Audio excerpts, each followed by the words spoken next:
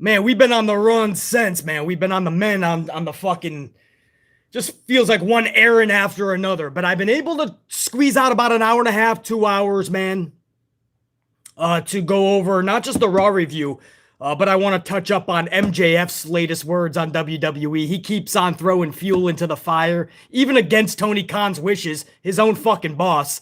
We're gonna talk Mandy Rose and, and her subtle but fiery, sizzling response to all of the Ember Moon uproar. And we're going to talk Roddy Strong. That's all coming up, guys. But let me officially make my coffee, all right? Well, my beautiful coffee maker has just pumped out a fucking, pristine French vanilla Dunkin' coffee. So now I have to make that shit. We're going to use some regular fucking coffee mate creamers and a couple of sugars, and then BC's gonna be amplified for the next hour and a half at least. So let's rock this shit, man. Hold on. Keep that fucking amplified. What's up, everybody up in this bitch, man? Carlos, Black Enigma, Pile Driver, Clara Gregory, everybody chilling with Charlie Grin, fucking War Dog, NJPW, James Shrimp Fajitas, Damien, everybody, what up, man? You know what? Before I get over to the review, let me just go over, man, so I don't keep you guys waiting, because we waited all fucking afternoon as it is, East Coast time. Let me start with the Mandy Rose shit, man. You know this Ember Moon, who I love, man. I love Ember Moon. You guys know that. She, she came out and she said all this shit about how unhappy she was in WWE, and you should not be shocked if you follow BC's channel, because I was telling you this when she was with the fucking company. I told you that Ember Moon and people like Ember Moon, they're not happy. And people kept wanting to be like, Lee, man, she's fine, man. You don't know what's going on in the locker room. And I'm like, I'm fucking telling you, she's not fucking happy. No, everybody knew better than BC somehow. Well, now she's admitting, confirming everything that BC said. She was not fucking happy. And she goes and she says a lot of stuff, including she didn't want to wear booty shorts and go around like Mandy Rose, which is what they were trying to make the females. They hired a fashion consultant. Vince McMahon hired a fashion consultant, and she basically alluded to Mandy Rose, like that's how you kind of want to dress. So a lot of people were just blaming Vince and John Laurinaitis and everything. But it was the consultant that kind of looked at Mandy and said, well, that's kind of what you want to achieve. And Ember Moon said in this podcast, she said, well, not all of us have the Mandy Rose personality. We're promoted to kids. We don't want to wear the booty shorts. So, of course, BC being so high on Ember Moon, I loved her just coming out and confirming everything that BC said. I think that's great. But what happened during all this is somehow Mandy Rose took a lot of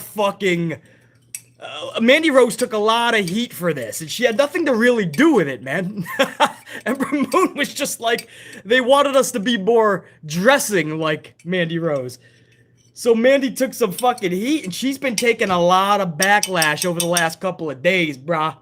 And I do feel it's unwarranted, because Mandy Rose is one of those bitches that has really gotten better every fucking week, dude. Even before NXT and Toxic Attraction, what she was doing with Otis, Dolph Ziggler, Sonya Deville, do you guys remember that storyline? It was a couple years ago, way before she went to NXT. Maybe even during the pandemic or leading into the pandemic, maybe 2019-ish. But Mandy Rose was doing really good work. Her character was evolving. Her in-ring work was getting better. Promos were getting knocked out of the park. She was gelling and working great with Otis and Sonya and Dolph. So she was getting really better, and then all of a sudden she goes to NXT and she really just hits her groove. I mean, this Mandy Rose with Toxic Attraction, she's knocking it out of the fucking park and putting together really good matches. So it's sad to see all of this 2018 type of heat go back on her, where she's just a pretty face. Because on this channel, we call that out. And we called out Mandy Rose for being that back in the day. But it's just sad to see that now with her. And what Ember Moon is saying. So I don't feel that this heat is justified. I love that Ember Moon told the truth. how she felt. Everything that BC said for years is coming to fruition. I told you. But it's sad to see Mandy take the heat. So Mandy Rose was great, man. Her response was so subtle on her social media, but so fucking sizzling. You guys see the thumbnail, right? That's what she posted, that fucking image of herself. And I fucking love, I don't want to butcher the caption. So let me make sure I get this correct. She puts that picture up, and her caption is simply, oh man, hold on, let me make sure. Okay, ready? They're gonna talk anyway. Let's give them content. Tongue out emoji. So all of this hate that she was getting, probably on her social, message board, you name it, she responds with, they're gonna talk anyway. Let's give them content. So the whole thing they're saying is, oh, she's just dressing sexually. It's people like her that held Ember Moon down. So she posted that photo with a fuck you to the haters, if that's what they're still called. BC calls it fuel. That's all a hater is, a fuel, right? They're your biggest fucking fans. So I thought this was great by Mandy because, again, guys, I love Ember Moon. You guys know for years, I've had this channel for 5 fucking years plus. Ember Moon is one of my favorite pro wrestlers. How do you lose Ember Moon? I can't fathom it. But Mandy Rose is far from to blame. And when Ember Moon mentioned Mandy, she didn't mean for her to get the hate. She wasn't trying to dog out Mandy. She was saying, we're not all Mandy. So I hope you guys understand there's a difference. I love Ember Moon, but Mandy Rose is doing really good work. And I hate to see people that are doing good work get trashed out. It's like Becky Lynch, man. A small part of the community, and I mean very small, but they're very vocal, very annoying. They trash Becky Lynch. But the problem with that is she's actually doing the best work of her career, right? Before she got her nose busted up by Nia Jax pre-Survivor Series, that was very short. I mean, that was a small time frame where she was on that meteoric rise, like Stone Cold-esque. But that was very short. She didn't even have time to really come into her own. When she came back, she donned the man gimmick. And I could not stand the fucking man gimmick. I felt it was forced. I felt it didn't feel natural. It did not feel correct. It did not feel right. This is all you could ask for in a fucking heel for the females. I don't know who's a better fucking heel in any women's organization right now than Becky Lynch. Who's better on the fucking mic than Becky Lynch right now as a heel? Amp Unit, speak up. Speak fucking loud. Who's a better heel on the mic in the world of pro wrestling outside of Britt Baker, please? Because Britt Baker is fucking nailing it. Britt Baker, unfortunately, got the title taken away from her, and now Tony Khan has nothing for Britt Baker. I told you that was a mistake. Thunder Rosa with that fucking championship is pathetic. But Britt Baker aside, who the fuck for females in all of pro wrestling is hitting it like Becky Lynch is? Who? Mandy Rose. Yeah, Mandy Rose is doing really... How ironic, right? Mandy's crushing the game right now. By the way, while you guys are doing that, let me salute all you guys. Who's doing it? Jade Cargill, you think? I'll give you Cargill's getting better and better every week. I will give you that. I mean, she's not captivating BC. At least when Becky Lynch is delivering her fucking promos, man, there's a point to it. She really is going unhinged. She's nothing, and she doesn't even know who she is without that fucking title, but she's vowing, oh, she's gonna get it back. I don't understand who else... Deanna Peraza. Okay, Deanna is actually good. So I'm going to throw the bone over to Deanna. I haven't seen her promos in the last several months. Sonya, I've always liked her work. Sonya's definitely doing good, James.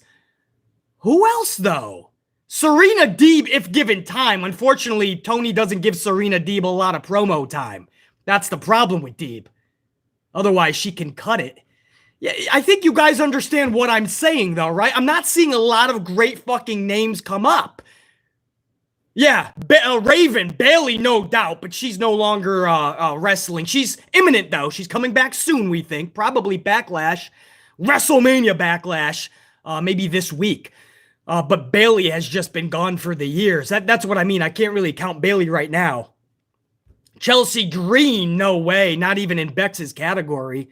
Maria Kanellis has that attitude, though, NJPW.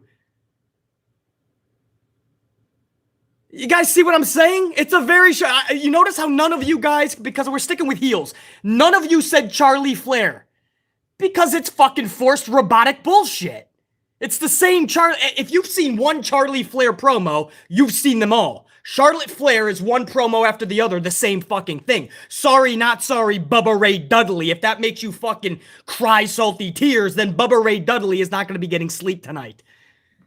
But that's what I mean. Becky Lynch, for the small portion of people that trash her work, not only do we know she can go in the ring, because she just produced a damn good match with Lita earlier in the year.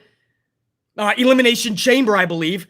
Then she took on fucking Bianca Belair for WrestleMania and had a fucking banger again before this year. A couple of really good matches with Liv Morgan, helping to put Morgan on the map for those casual fans that didn't know Morgan had that in her. Becky Lynch helped Liv Morgan.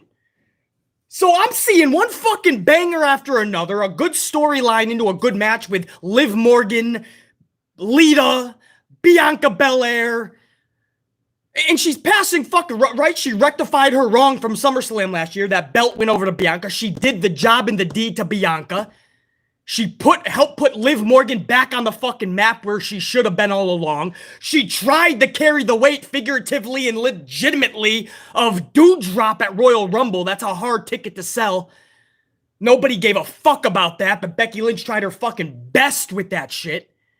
But yet people are going to dog out Becky of all people. But they won't say a word about Thunder Rosa or anything like that. You notice that?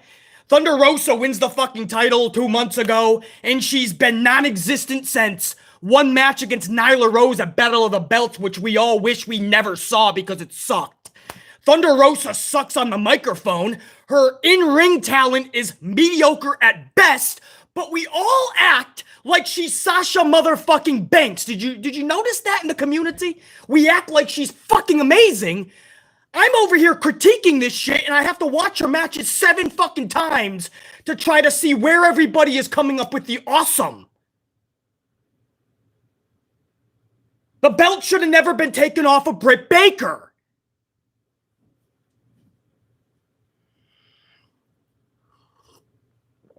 But here we are.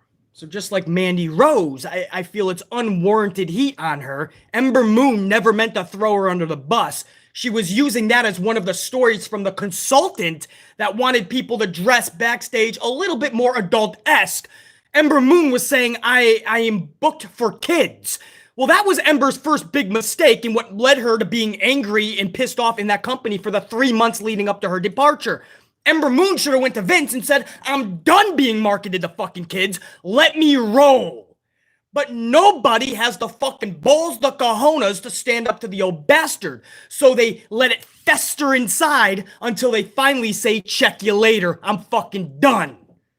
Once in a blue moon, people will actually stand up. The Brody Lees, the Rusevs. Ali just tried to get the fuck out. Vince is going to use him to bring him back, do a couple of jobs, and then he's going to fire him probably this week. He'll be part of the releases. The continuing releases, which already started. And then there's Roddy Strong, who we heard that Roddy Strong was trying to get out of his contract, but they're not letting him. And now the wrestling community is kind of crying out. Now, if this ends up being true, and he did go to the powers that be and say, hey, I think I can be used better than this, I want out, then I'm proud of him. If they didn't let him out, yes, that's fucking petty. But the outrage for Roddy Strong, where was the same outrage for Dexter Lumis and Dakota Kai? Dakota Kai asked for her release. We are hearing, right? We don't know how accurate, but we believe that she was unhappy, went to the powers that be, and wants out. So if that's the case, where's the same fucking outrage then? At least they let her go, but the problem is she was unhappy for that long to the point where she wanted out. That's a problem. There should be outrage. That's not fake. It's one of the best female wrestlers in the world, Dakota Kai. Dexter Lumis was one of the brightest spots of NXT for the last 2 years. And Dexter Lumis gets fucking released? Wouldn't be surprised if he wanted out too. But all I heard with these releases was oh, fake outrage. Everybody's acting like these people were a big deal. Dexter Lumis and Dakota Kai were huge fucking deals. So people said, don't be that upset. Why are people upset about Dakota Kai and Dexter? Better things are on the horizon. Don't you fucking understand, numbskull, that we are upset that it even got to this fucking point? That they were so unhappy that they wanted fucking out? That's not good. That some of the best talents in the world want to get the fuck out of there. That's why we're upset, because we see it too many times. I don't understand. They're going to be on the better things now. They're going to be happier. Why are people pissed off? Because this is a continuing vicious cycle. It doesn't end. Great talent constantly miserable. Great talent constantly being fucked with.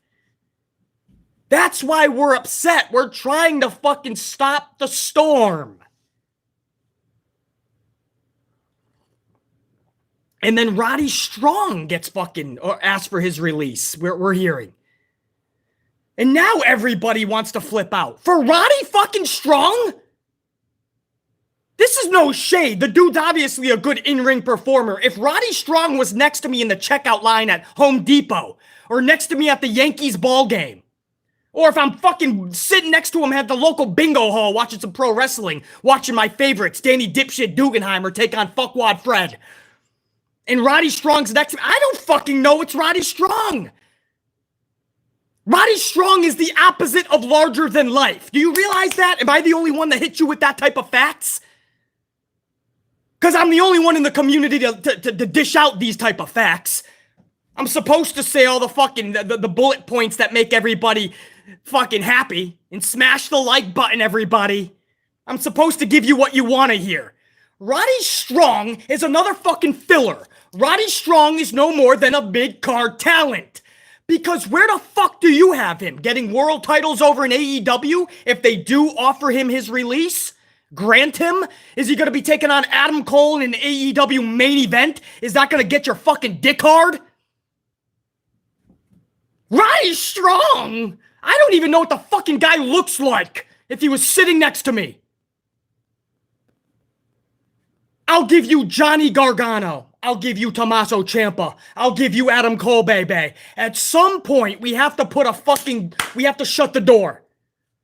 I'm not going to throw a fit and be outraged about Roddy Strong, because I think Roddy Strong has been used way better than I ever thought he was going to be used. The North American champion, undisputed, all this shit for Roddy Strong? Come on, bro. Come on, bro. How many of these dudes are we gonna fucking get? We have to we have to shut the door and start getting larger than life motherfuckers. That doesn't mean the biggest dudes with the biggest fucking muscles, but it means people that are jumping off the fucking screen. We have enough fucking wrestlers, fucking gymnastics, talent, gymnast. We have enough. Dexter Lumis had a fucking character we can work with. Dakota Kai can put storylines on her back. But it's Roddy Strong that's making everybody cry.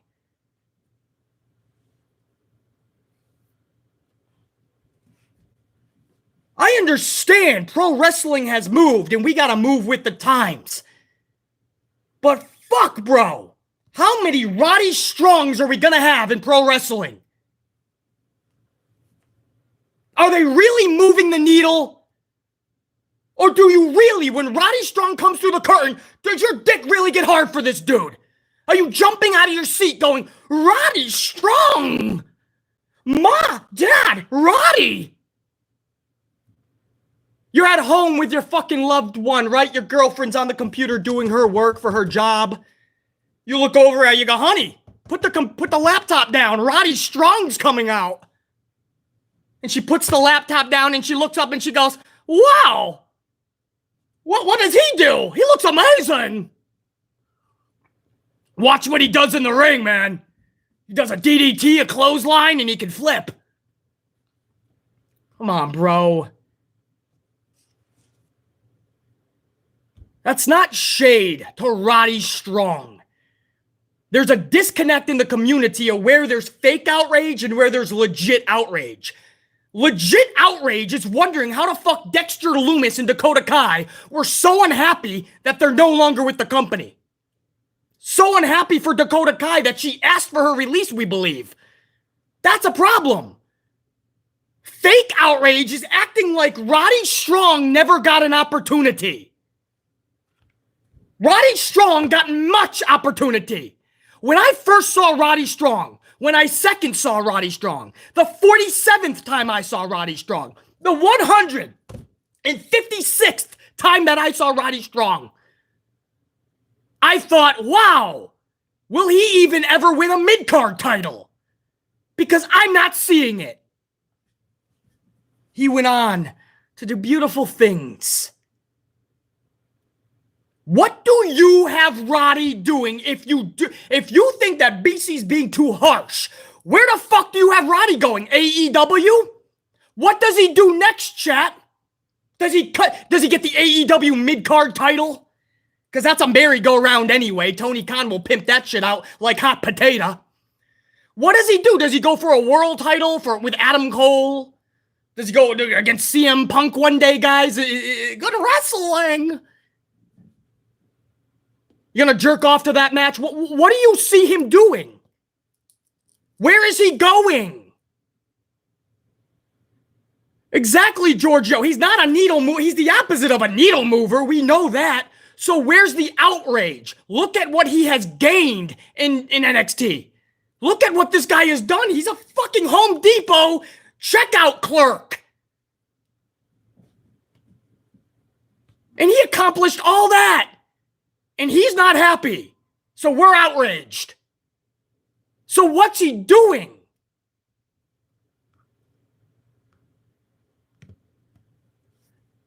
Impact, MLW. Yeah, a lot of you guys don't even see him in AEW. He would be forgotten in AEW in an instant. No doubt. Keith Lee is already forgotten. Fucking Jeff Hardy's already forgotten. Murphy is already forgotten. Malachi Black can't even get time on Dynamite. Adam Cole. Adam Cole was booked better in NXT than AEW. Does that sting a little bit? But Roddy Strong needs to what now? Go to All Elite Wrestling? Fill up the roster some more, maybe become ROH champion?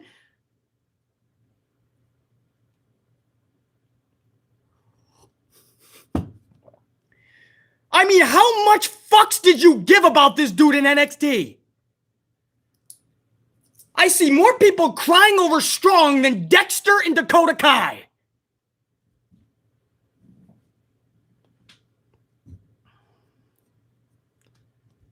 Nothing. So stop. That's fake outrage. If Roddy thinks he can do better than what he did in NXT, good luck. Adam Cole is trying to do better than NXT. And he's having a hard fucking time trying to get out of multi-man schmaz matches. Adam Cole can't even get out of his NXT shadow. Good luck, Roddy Strong. Oh, we dropping facts today, baby.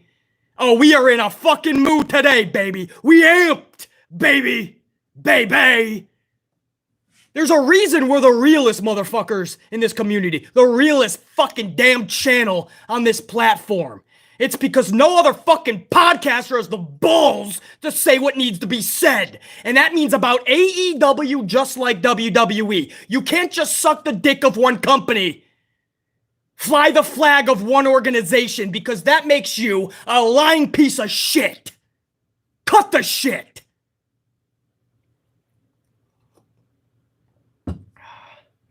Mandy Rose. Love the fucking response. They're gonna talk anyway. Let's give them some content. And that thumbnail is what she posted, bro. Making people talk even more. That's right.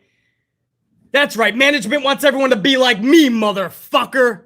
Because of this, she says. You gotta do that, man. Ember didn't mean to throw her under the bus in that way. But Mandy is taking heat. So Mandy came back with that to save face, catch some heel heat. I love what she did. As far as Roddy Strong, you're not going to get fake outrage from BC. Good luck to him. If he did ask for his release, good luck. Good luck trying to be better than what you were given in NXT because you were given the world and I don't even fucking know what you look like. Come on, bro. And then there was MJF. Before I haven't even got to the Raw review, guys. We're still in the cold open, over a half an hour. But MJF continues to fuel the fire. Now, he's been talking about going to WWE for months now. His contract ends January 2024. We all know that he's always in character. This is why I feel MJF is the best heel in the business right now. I had him with Roman Reigns, but Roman Reigns is going across several countries playing the face when the shows are over and he's telling people to drive home safely. We love you. Respect. Thanks for showing the respect to us. So Roman Reigns is giving out face promos when the show is done, minutes after being the lead heel in the match, by the way. So Roman Reigns is fucking shit up on these live events. I don't like that. So MJF has moved into the #1 spot for the best heel in the business because this dude is always a heel 24/7. He's in character. I love that, man. Social media, at the local Home Depot, if he's being wrung out by cashier Roddy Strong. He's always in character, bro. Autograph sessions, he's flipping people off. Young kids flipping them off, swearing at them. MJF is fucking a masterpiece. So for months, he's been egging on the situation of leaving for WWE. Now, we all say the same thing, right? He's never leaving. It ain't gonna fucking happen. MJF is playing the fucking character. Tony's gonna give him the money. He's never gonna go anywhere. But we also thought that with Cody Rhodes.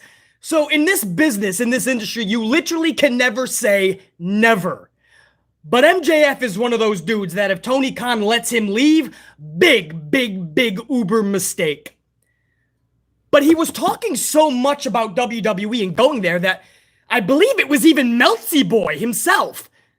This is the dude that literally, Meltsy Boy always has the AEW cock firmly in his mouth. But even Meltsy said that Tony Khan had to pull him aside. They had a meeting, a talk. And Tony said, hey, can you relax? Can you relax on the WWE talk and going there? It's not looking good. And I think this was around the time where he knew that Cody was leaving anyway. So he didn't want Cody to go to WWE and then MJF to say every fucking interview that he's going to possibly go there. A little over a year from now, or 2024. So Tony Khan, the boss of AEW, had to talk to him. And here he is, still being as defiant as fucking ever, bro. How funny is it that this dude's like, yeah, I'll stop. And then he says, but I still might go to WWE in 2024, bro. I fucking love MJF. If this talk happened between him and Tony Khan, which again, even Meltsy Boy said it did, you would think that any wrestler would obey the boss's wishes and just not do it, right? Not mention WWE, at least for several months. This dude just came out in the latest fucking interview that he did, man. And he says the following, and I want to give you an exact quote because this isn't just mentioning it. Listen to this. He says, this is MJF in his recent fucking interview. MJF says this, I don't know if you guys are aware of this, but on January 1st, 2024, I'm going to be a free agent. Who here would want to see me in WWE? He literally tells everybody within that interview, fucking within those walls, he literally has a survey. Who wants to see me in WWE, he says. He goes on to say, let me explain something to you people. I did not get into this business to make any of you happy. I got into this business to make as much money as humanly possible. And yes, If Vincent Kennedy McMahon is willing to shell out more money than my good friend Tony Khan, then yes, I would go to WWE. I mean, how fucking... This isn't just mentioning them, man. This is literally... Man, this is him putting it at the forefront.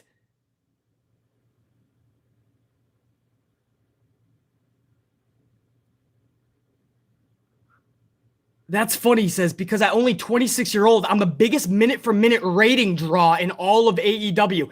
For those that say ratings don't matter, here's more talent talking about ratings. Proof that it does matter, just like Tony Khan goes right to the ratings every Thursday morning to see how his show did, because it means everything for advertisers, for him to see where the wrestlers are drawing, what segments should go where. He says, I'm the biggest minute-for-minute draw in all of AEW, and that's when I was 26. What was Chris Jericho doing? That's right, jack shit, he says. Talking about his value, basically, and why Tony Khan better shell out all that fucking money, because if Vince McMahon does, just like he did for Cody Rhodes, MJF is fucking gone. Now, guys, again, we say, right, oh, this is just MJF being MJF. Best for business, he's in character. This is all fun, BC. Well, we were saying that for months. But after we knew that Tony Khan, and again, this is Melty Boy himself, who firmly has the AEW cock in his mouth at all times. The only time he gets that shit out of his mouth is when he's gotta eat his breakfast Cheerios. And then he puts that fucking AEW cock right back in. But Melty Boy himself said that this happened, right? That Tony Khan had to talk to MJF and say, hey, you got to ease up on the Vince McMahon talk and going to WWE, especially with Cody going there for real. But this dude doubled, tripled, quadrupled down. He's like, no, motherfucker, I don't think you understand. In 2024, January, I'm going where the fucking money is. And if you cry like you just did for Cody going to WWE, tough shit. Cry your salty tears, and I'll fill up my tear buckets with your pathetic, watery residue. That's why I love MJF. That's why I fucking love MJF. I firmly believe he respects the shit out of Tony Khan. I believe they have a good relationship. But I don't think MJF cannot be who he is, man. He lives that character. It's a piece of him. It's a part of him that he doesn't want to shut off because he knows this business needs somebody like that. Old school Ric Flair, old school Roddy Piper, old school Macho Man Randy Savage, old school Ultimate Warrior. Those people that live their fucking character because their character was just themselves dialed up several notches. MJF is that dude. So no, he's not going to, for the next 2 years, stop talking about WWE. I fucking love it.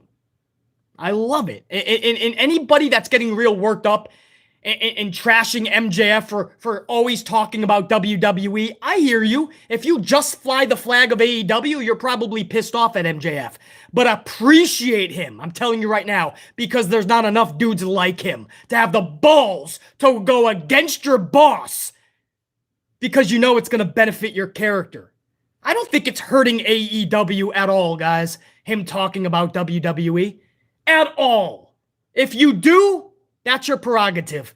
I don't see in what metric him having friendly discussion about joining WWE in a year and a half, I don't see how that's tarnishing AEW at all. So I'm not seeing how everybody's getting all fucking worked up. There's no trolling here, though. I mean, guys, do you honestly think he's not going to consider WWE in 2024?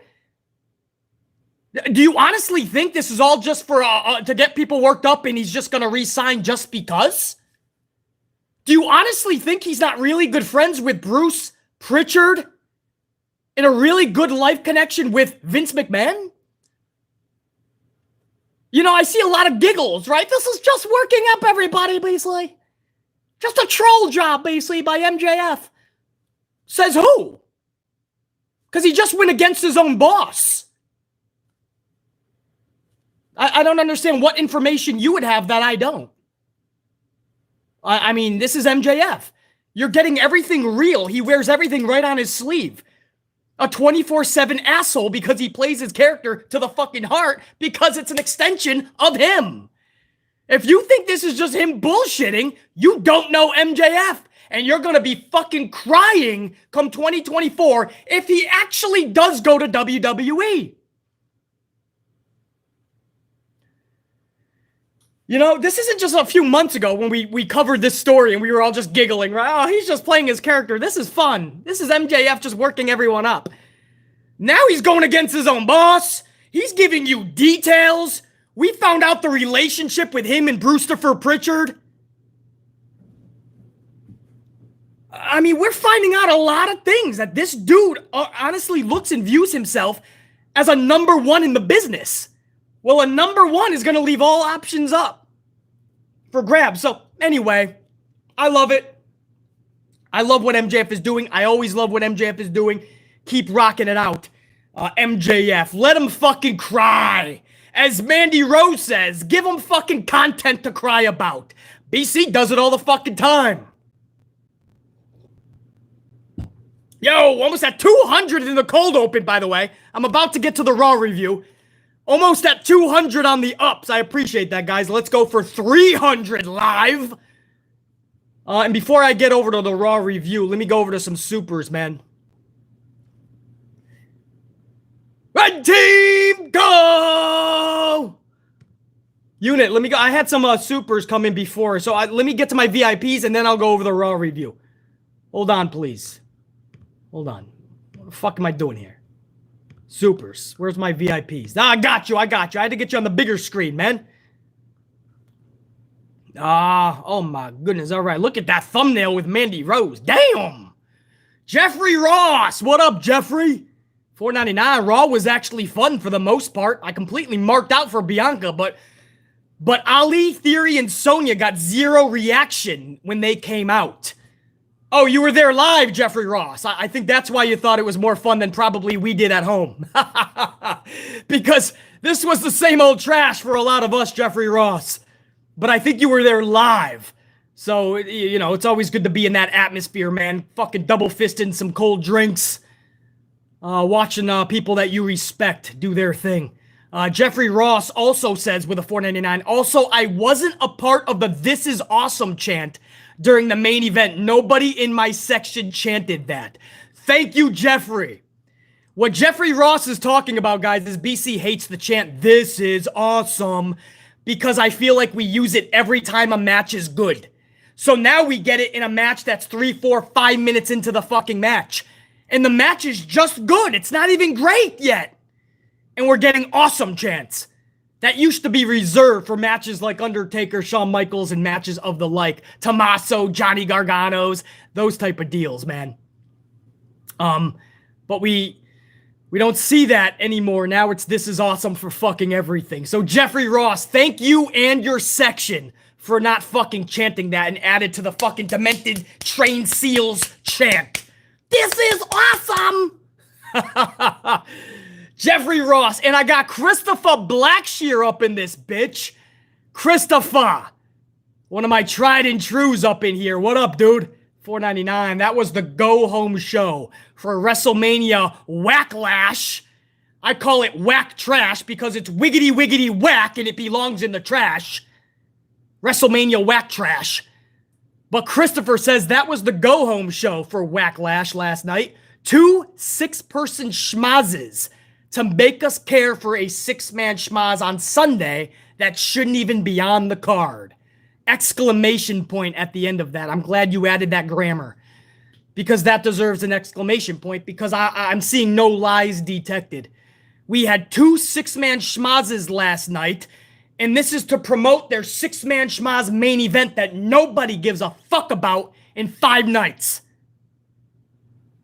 Christopher Blackshear, if you're asking BC to make sense of it all, you can't. There is no making sense of this fucking garbage, bro. On paper, this is one of the worst booked pay-per-views that I've seen in recent history, if not history as a whole. And I also got Derek Fleming Jr. up in here with a $1.99 saying, BC, advice for leaving a job. Enough is enough. Derek Fleming Jr., I can't give you advice on leaving a job, man. You have to assess your own situation. If you think that it's something that you're going to need on a resume, you might need to walk out on a little bit more of a calmer note. If you don't think you're going to put that on a resume and these people have treated you like shit, tell them to fuck off. If you don't think you can get arrested, maybe put their fucking heads up their own asses. BC has left many jobs in the most funnest of ways, telling people where they can stick it where the sun don't shine. So, Derek Fleming Jr., it all depends on your situation, dude. If they've been doing you dirty, and you don't think you're going to use them as a reference, go out like a champion, bro, when you leave those walls. That's all I'm going to tell you. How you do that, that's in the eye of the beholder. But always have your next paycheck up in line, dude. Don't just leave a job if you don't have something in the fold. A lot of people, I see it too often, they leave and they don't have something lined up. But you see how Derek Fleming Jr. is willing to leave his fucking job? Now, I'm not saying he's paycheck to paycheck, but I'm willing to bet that he's not rich. Triple H, Paul Levesque, Hunter Hearst Helmsley is fucking rich. And he won't take his balls out of Stephanie's fucking purse to stand up to Vince McMahon when people like Dakota Kai are not happy, when people like Ember Moon are not happy, when people like Dexter Lumis are getting canned, or Carrion, or Keith, or Pete Dunne turns into a Butch, a Walter turns into a Gunther.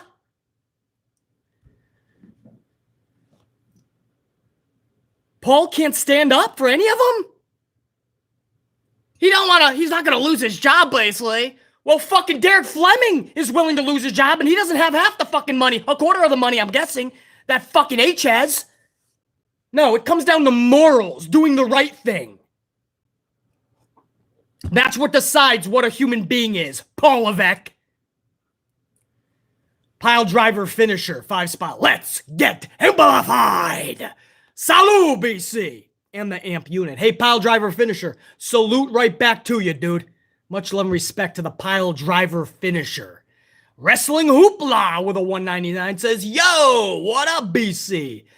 Now about the return. Oh, BC knows about the return of the Mac. LOL. Yeah, man, that's how we started off, man. Sasha's jamming out to all the 90s hits. We had a return of the Mac at the jump of the stream. I hope you enjoyed it because that'll be copyrighted. It probably already has been. So that will not be up on the normal stream when we go up on the air after we're live. Once we're on the channel, not live, and the algorithm kicks in, Return of the Mac will not be on the stream. So that's just for the live audience, guys. When we jam out making our coffee at the beginning of the streams. Wrestling Hoopla, Return of the Mac. Some 90s jams, man. The best. The best era. 80s and 90s. Nobody will ever tell me different. Scooter McGee, 2-spot. Enough with the 6-man schmaz matches and fruit roll-ups. Even Scooter McGee has had enough with the fucking bullshittery in WWE, man. And AEW. All the 6-man tags, man. Enough with the multi-person bullshit. Nobody gets invested with multi-man schmaz matches. Nobody. Nobody. Everybody is a ping pong ball. Everybody's going so fast just so everybody gets their move in. And then everyone has to get together and set up for somebody else's high-flying move. 9 people get together and look up at one person doing a moonsault on top of them. Yeah, that looks fucking realistic. Everybody, let's get together in a big group hug so we can catch somebody. And then the fruit roll-ups. Good luck with that, Scooter McGee. Even the talent is starting to make fun of it. Xavier Woods has had the fruit roll-up. He has made it his finisher. He calls it the backwoods.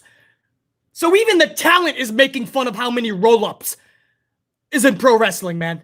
Fucking bullshittery, I call it, Scooter McGee. But I've been preaching this for the longest time. We also got DB up in here with that 5-spot coffee. What up, DB? In fact, let me take a little moment to down, man. We had a lot of supers already. So let me down some of this coffee, man, for all the supers we already had, and then we'll start a new batch with DB.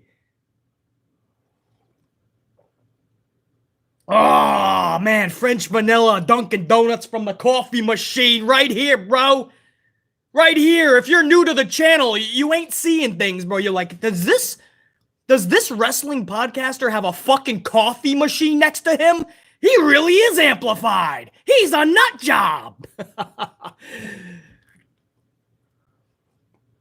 That's right. We brew our own fucking coffee. Multiple, too. I got another. I got a whole fucking. Look how many coffee we have. Look how many pods. I'll stay here all fucking night if I have to. I don't give a fuck. DB with that 5 spot says MJF called CM Punk PG Punk, but would go work for a company that is PG. He'll get changed up on his name, and all what he's doing in AEW will not fly with VKM. I don't disagree, DB. It's going to have to be something like Cody Rhodes worked out, where he has some type of control. You guys notice, Cody's got some type of control with his booking. At least a wins line. I mean, he's winning his matches. And I don't expect him to lose this match with Rollins at WrestleMania Whack Trash. So Cody he got to keep his theme music. He has some type of entertainment type going on behind the scenes as well. He's going to have like another show, I'm hearing. So they're going to do a lot with Cody outside of just wrestling as well. So Cody has a phenomenal contract that he signed. You got to believe that MJF would kind of have that, DB, if he does sign with Vince McMahon's World Wrestling Entertainment. But you're right. I mean, it's not going to be the same thing. Absolutely not. Dante Jaron 23, 199. I've said it before. Thunder Rosa is overrated. Bro, it's not even shade, because Thunder Rosa, the person, is a sweetheart. We love Thunder Rosa. We understand. She watches channels like BC, man. She sends support to the community. But I can't lie and put Thunder Rosa up there with a Sasha Banks. I barely put her in the league of a Becky Lynch. I'm not seeing any Thunder Rosa match that I've ever said I need to watch again, or was a straight banger that wasn't like lights out with Britt Baker. I mean, you never know what Thunder Rosa you're going to get half the time. Sometimes she doesn't feel like selling, not to the degree of Charlotte Flair, but you never know what Thunder you're going to get. A lot of matches are sloppy. She cannot talk on the mic, right? That's why you've seen since she's been champion, she's only been in a few promo segments, but Tony Khan knows they can only be 30 seconds. Last week, she was just watching the TV, didn't even speak. There's a reason for that, right? She gets caught up in her words. She kind of stutters on them. So she's you can only do so much with her. But you take the title off of Britt Baker with no direction for Baker, no direction for Thunder Rosa, and then you wonder why people are not happy with the AEW women's division. Just like we haven't been happy with the WWE women's division. We were hoping that AEW was going to see all the problems that WWE was doing for so many years with their ladies and correct those problems.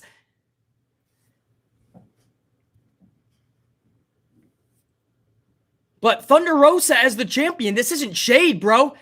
You're seeing everything those were my concerns before they gave the title to Thunder. I was the only podcaster in the community to raise these concerns. Guess who was the only one to be correct? How you doing? Name's BC. I was the only one to be correct when it was all said and done. Like always. Like always.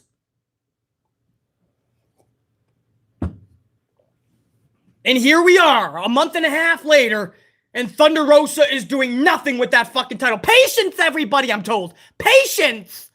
Patience. They're currently setting up a Serena D match. Yay.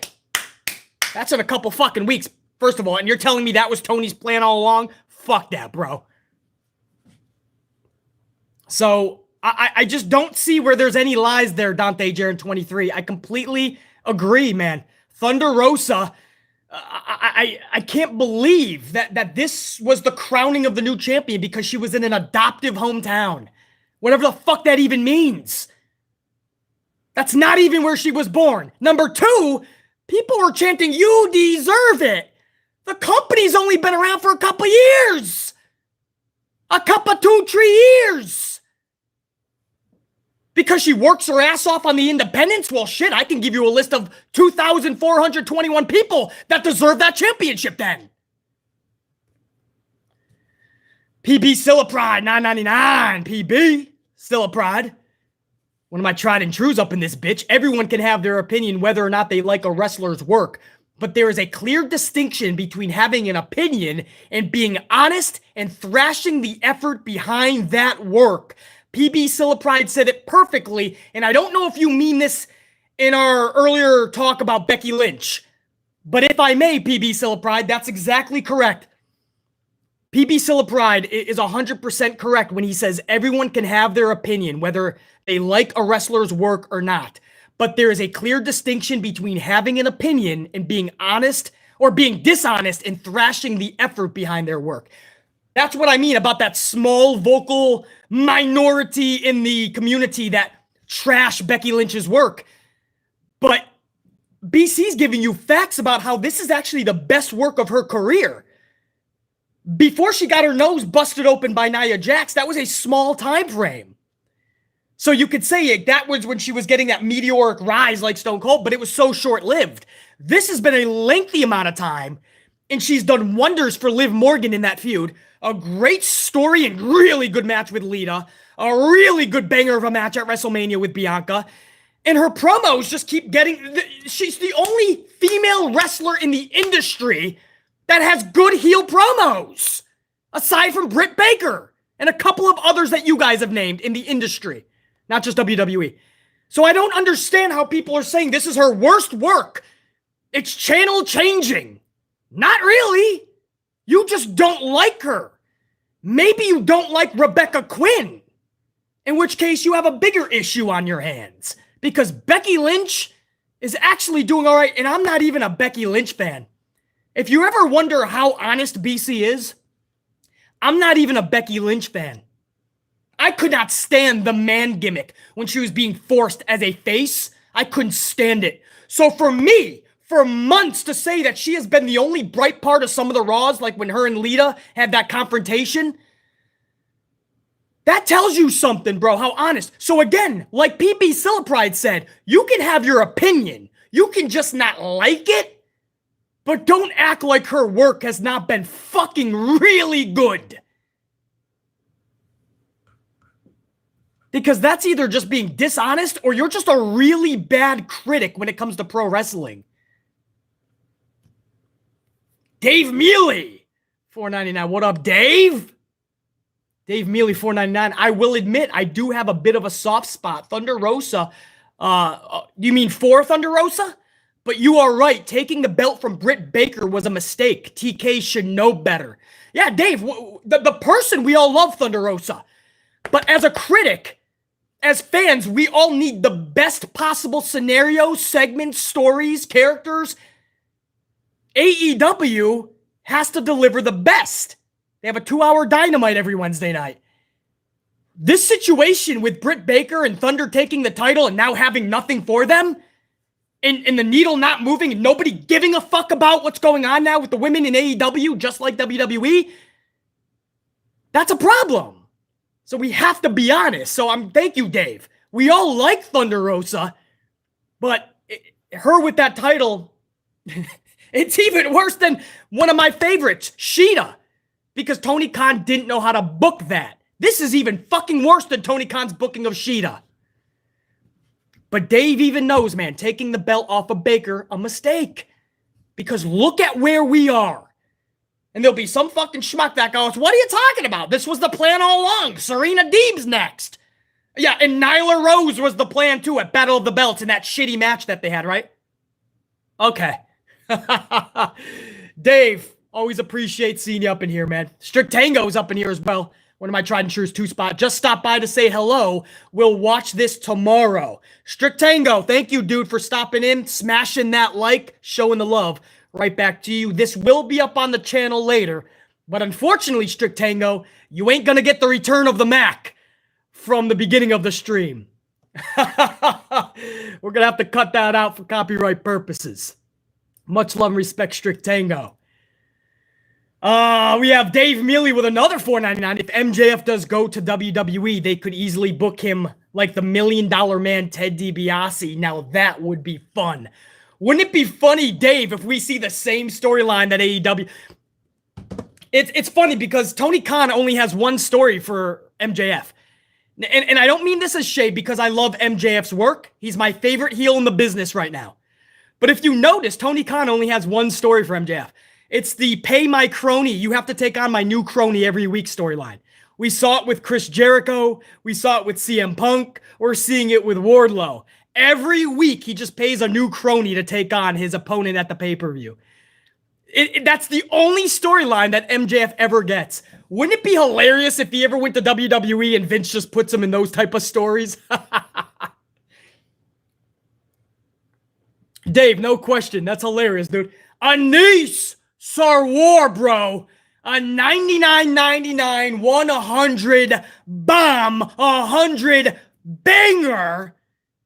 $99.99 Anise Sarwar. I don't know when that was, probably a little bit earlier. You guys have probably already sent in the fire emojis and the love over to Anise.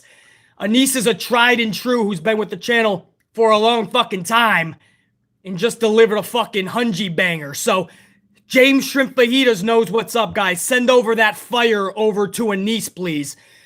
Because that's a lot of fucking coffee. That's a whole that's fucking pods and pods. Guys, as I always say, never needed, always appreciated. So, Anise, I don't know if you're still up in the chat. I don't know how long ago that was, but thank you for that hungy banger, dude. I'll say it again. Always appreciated, but never needed. So, the fact that you guys go out of your way to get BC some coffee to stay amplified, dude, you're the fucking best. So, I haven't even read it yet, but I just want to show the love over, as all of you guys are doing right now live in the chat. Thank you, guys. Dave, Mealy, and Carlo. SoundCloud, I don't know if he's up in here, man. Osia, they know about this love, man. That's my hungy banger club, man. You guys always fucking go above and beyond. So, anyway, Anise, I don't know if you're still in the chat, but I hope you're feeling that love right back to you. Oh, wait, I gotta go back and read Anise's thing, man. I'm showing the love right back. I forgot to read that shit. Anise, $99.99 banger says, I'm back. What's up, BC in the amp unit? Been a minute. Did y'all miss me? Of course, Anise, man. All the tried and trues. The backbone of the channel, brah. Where are my peeps at? Carlos, JR9, War Dog, Claymore Party, Jennifer, SOS, Blueprint, Miss Renee, Chelsea, Santivia, Mr. Charlie Grin. My condolences over to Mr. Charlie Grin, by the way. Hopefully everything's good, man. And you're rocking. Any more I forgot? Love y'all, says Anise. So that whole super was Anise showing the love to the unit. So, guys, that was all for you guys, man. Anise just sent that over, not just to BC. That was for all of you guys.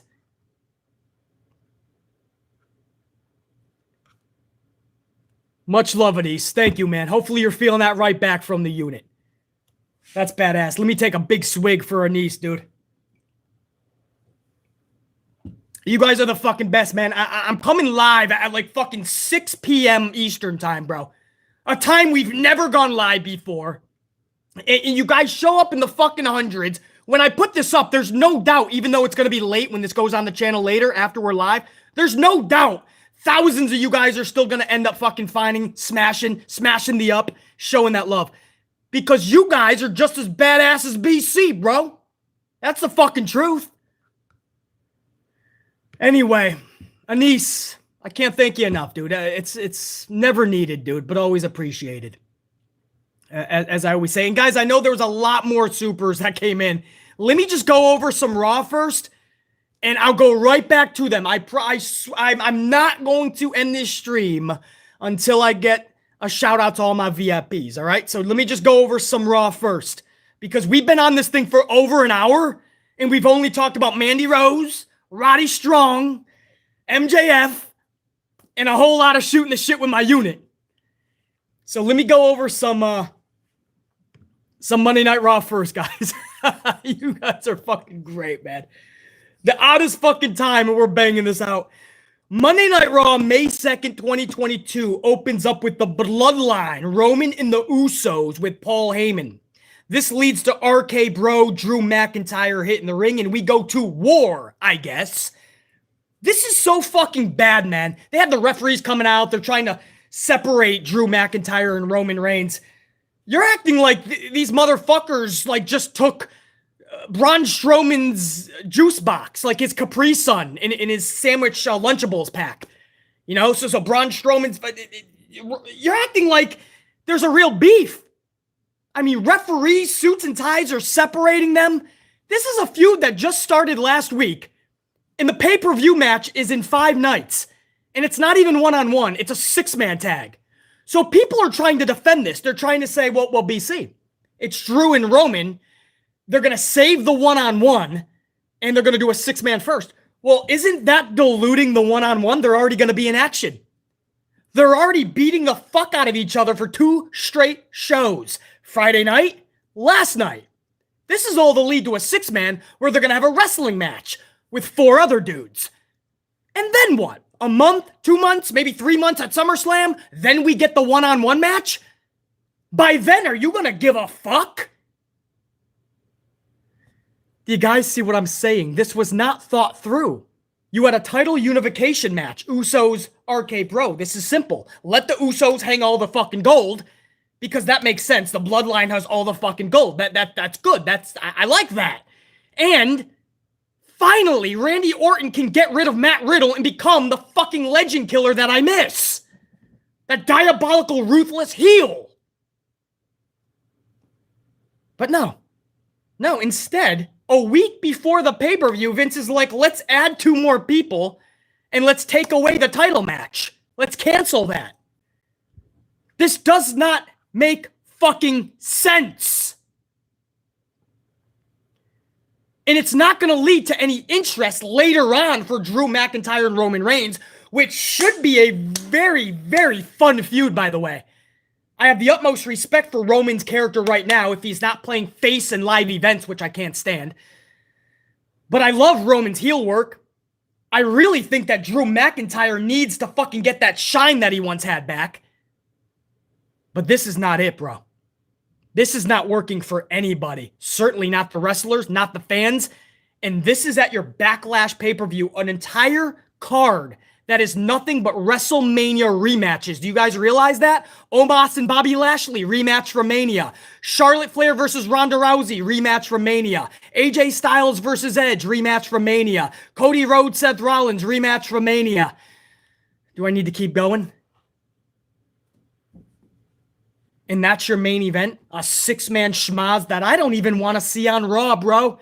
I don't want to see this on SmackDown. I don't want to see this at the local bingo hall. I don't want to see this at my local supermarket in aisle 6 just for entertainment.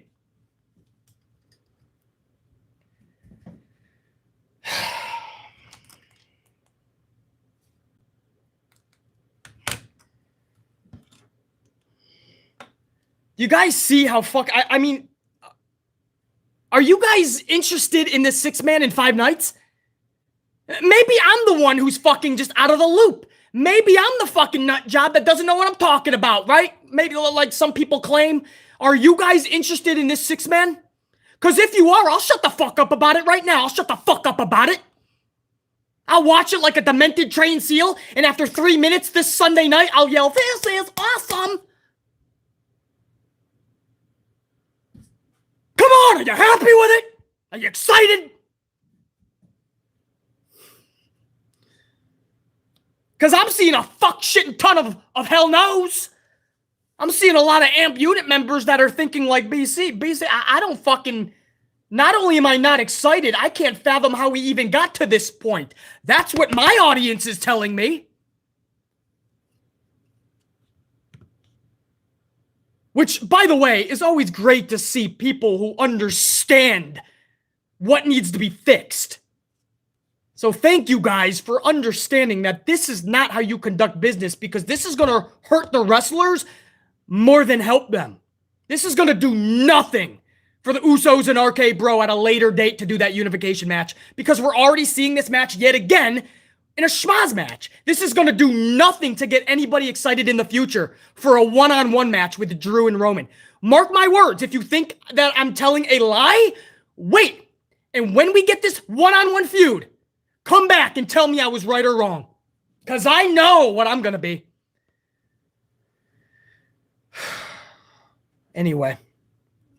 Can you tell I'm so upset that we got to this point. I'm so upset that WrestleMania whack trash is this pathetically bad. Literally no care or effort was put into this entire special event. I don't even know what's special or premium about it. They should give this shit away on the fucking Cartoon Network, but that would make every fucking child cry because it's so bad.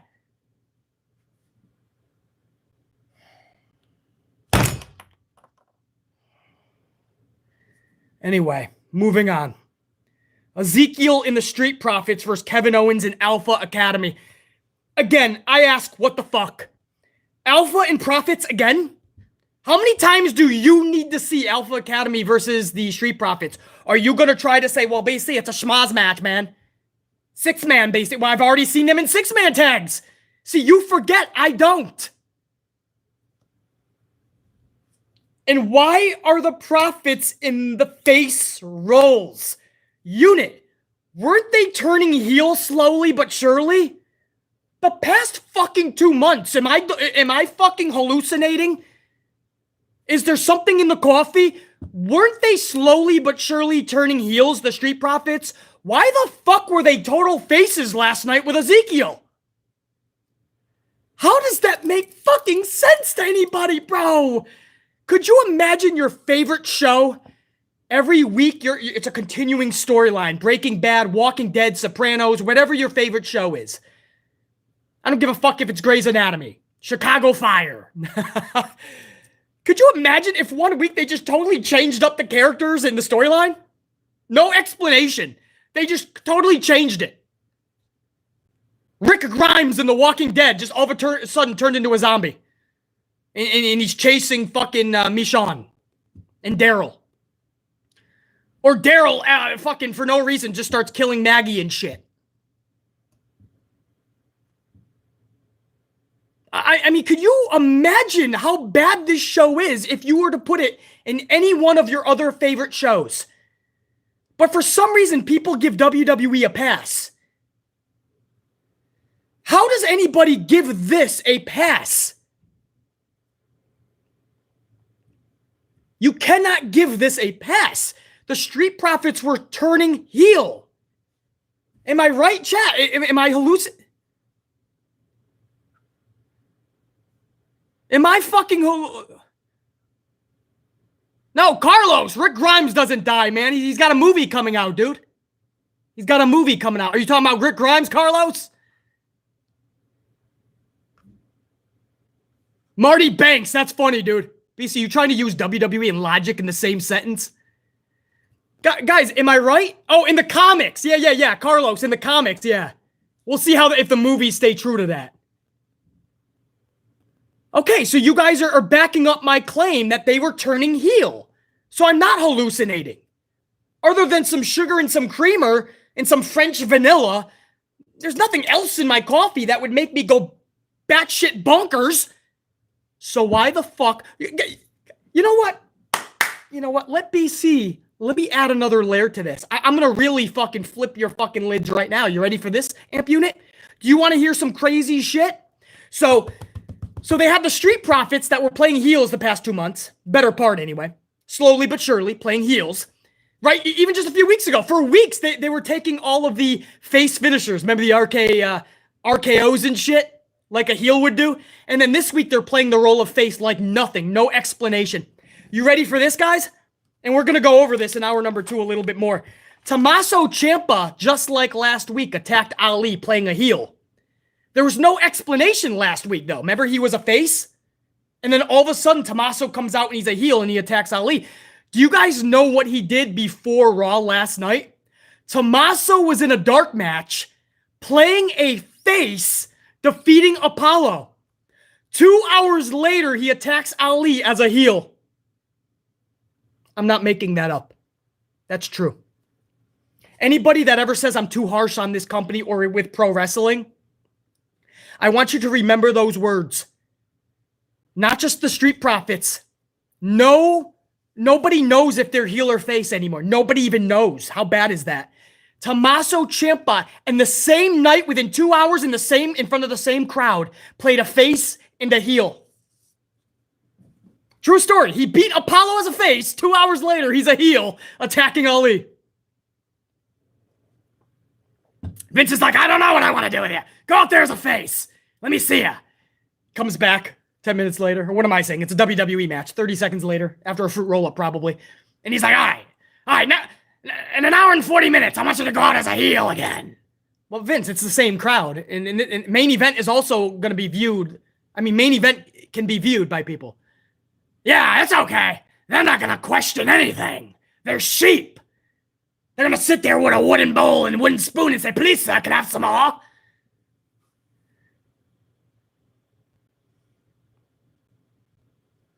How the fuck you going to do that to the audience? We don't even know what Tommaso is. Poor Tommaso's going to bed at night thinking, I don't even know what the fuck I am anymore. And Shayna Baszler and Malachi Black and so many of others have already said that that's what Vince does. He strips down your self-esteem and confidence to the point where you don't even know who you are anymore. How bad is that by that old bastard in Stanford? But I'm the negative one in the community. I'm mean. I'm a bad guy because I just call out the fucking reality that is sitting in your lap, but you fucking choose not to fucking dish out that honesty.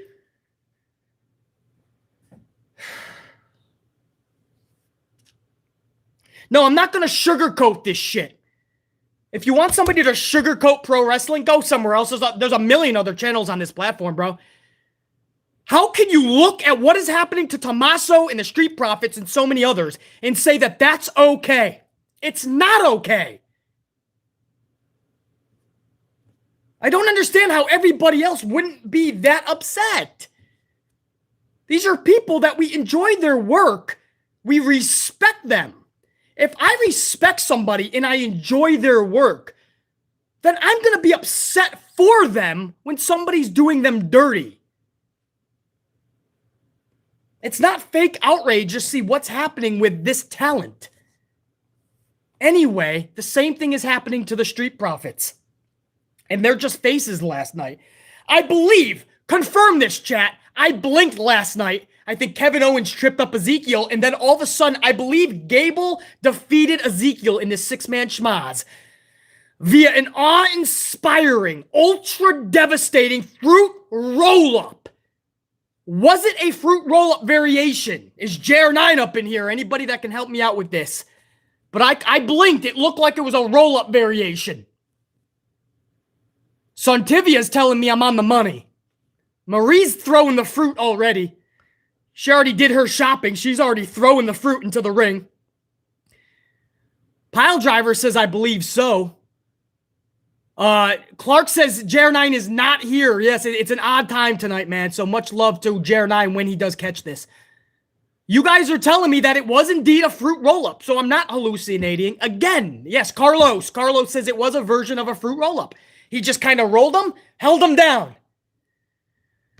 So there you go. There's another fucking roll-up. I'm pretty sure JR9 has that in the stats. The next time we talk to JR9 Gaming in this chat, I'm pretty sure he's going to have that as a statistic.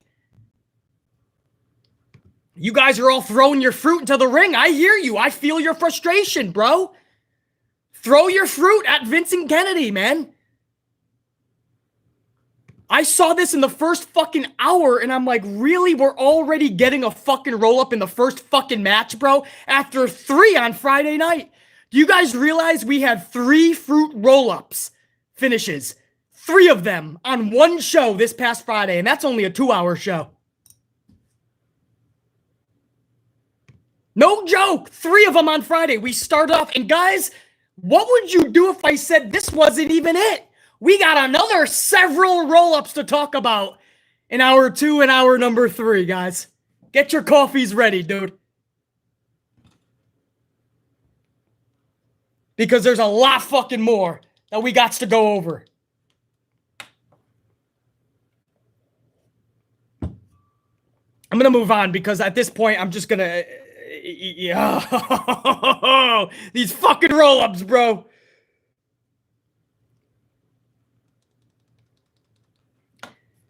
Hour number 1 ends with Veer. You guys are still throwing your fruit. I hear ya. I'm done with the roll-ups too, man. Save your fruit. There's more fruity roll-ups later, guys. Save your fruit. Or you're going to have to go right back to the market and reload. because there's a lot more fruit that needs to be thrown. Hold your fruit. Veer destroys Burt Bopkins. He's a cheesecake shop owner in the local area. And Burt Bopkins gets destroyed by Veer in an all-out jobber match. This was an annihilation, and I loved it. Even had Byron Saxton interview Burt Bopkins pre-match. It was just great. So he interviewed Burt Bopkins as if he was going to really be a threat to Veer. And Burt's like, I'm doing it for my hometown, and my cheesecake shop, and my mama, and my papa. And then he gets annihilated by Veer. I love jobber matches. I feel that you're going to accomplish more like this than just fucking destroying somebody like Finn Balor. Because, guys, if you're complaining about somebody like Burt Bopkins getting annihilated by Veer in a jobber match, if you don't like jobber matches and you're complaining, your only other option is Veer destroying somebody like Finn Balor in 60 seconds. No, I don't want to see that. I want to see a human being get annihilated because a superstar should be looking like a superstar.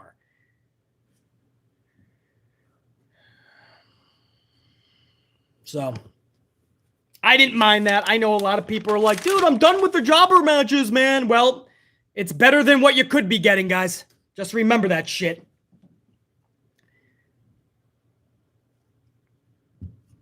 Hour number 2 begins with Damian Priest being defeated by AJ Styles. That's right, we're into hour number 2 now, guys. Keep smashing those ups. Let's get to 300 plus. Damian Priest is defeated by AJ Styles via the awe-inspiring, ultra-devastating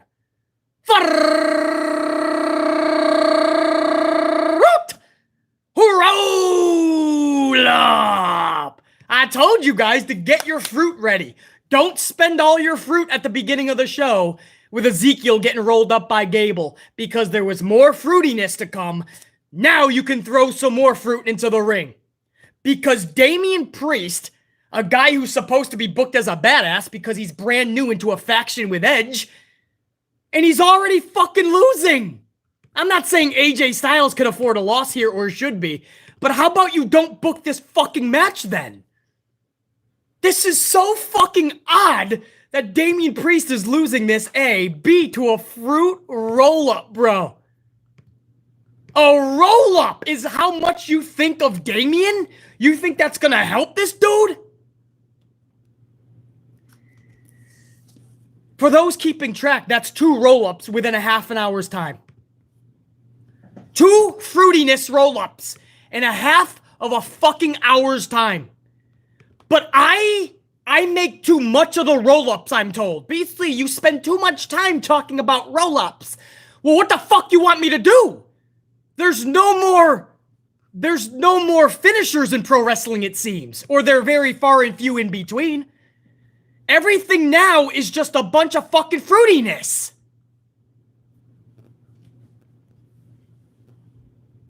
So yeah, I spend time on it because we're seeing an alarming amount recently.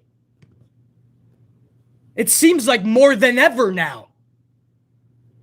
Post-match, Finn Balor hits the ring, and the bad guys are cleared out. What does this do for Finn Balor, guys? We talk about Damian Priest. Damian Priest is already playing the role of fucking jobber. Edge's boy is already playing the role of fucking jobber, basically. What does this do for Damian Priest losing by a fruit roll-up this soon? What does this do for Finn Balor putting him in this feud that has nothing to do with him against a dude that he had a feud with previously in AJ Styles? It doesn't make sense. This seems to be the last feud for Balor, and I wouldn't be shocked if Balor is getting released after Backlash.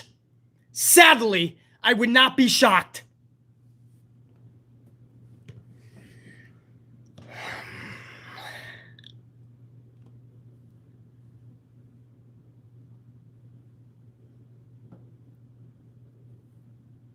Edge and Damian Priest just look like fucking embarrassing idiots out there, guys.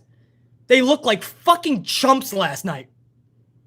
And Finn Balor doing his too sweet with AJ Styles to make the fucking the fans of the Bullet Club fucking jizz in their fucking shorts.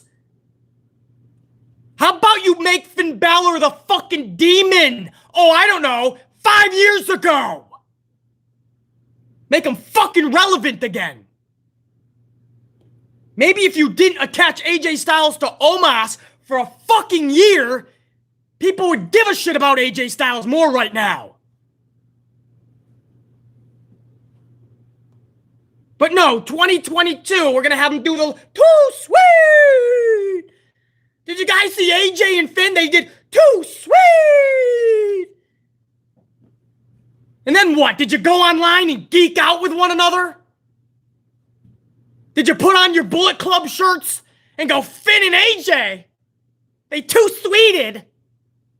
Did the Young Bucks go online and change their fucking bio again?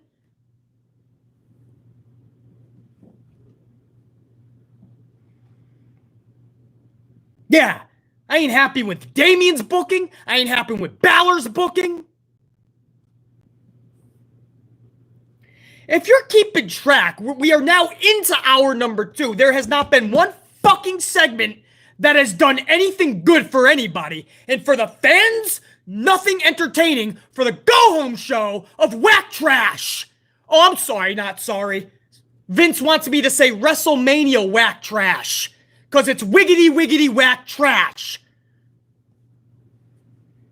Next up, I'm not fucking done. We're just in hour number 2. Hold on. Next up, we have a handicap number 1 contenders match for the U.S. title. Theory and Miz versus Ali. No lie, it took 8 minutes to set this match up, and the match itself was 4 minutes. I'm going to say this again. I want you guys to understand what frustrates BC, because it's just common sense and logic that is not being utilized, right? For anyone that says I just yell a lot, right? Think about logic and common sense and so much lack thereof, and you'll understand what perturbs BC to the highest levels and measures.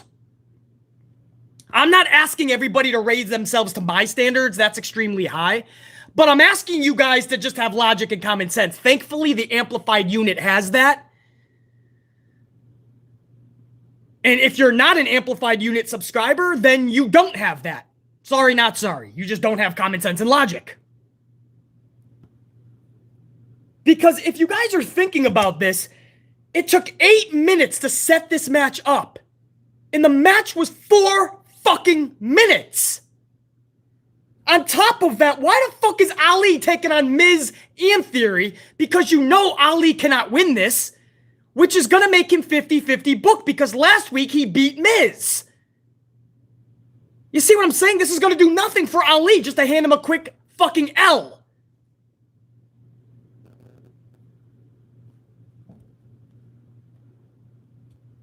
Or was that 2 weeks ago, and then Theory defeated Ali already?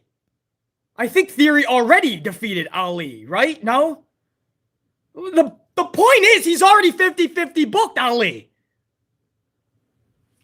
So it takes 8 minutes to set this up during a Miz TV. The match was maybe 4 minutes. Ali eats a skull-crushing finale. The Miz wins.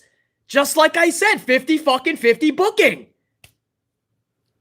I told you guys when he came back, I wouldn't be shocked if this was just to do a job out to Theory ultimately, and then Ali is fucking released. He wanted out anyway. This is probably Vince just punishing him a little bit and then kicking him to the fucking curb. Post-match, Tommaso Ciampa attacks Ali. So Ciampa comes out, attacks Ali for the 2nd week in a row. And I'm going to say this again. Earlier in the night, during the main event taping, Tommaso was playing a face against Apollo. He beat Apollo.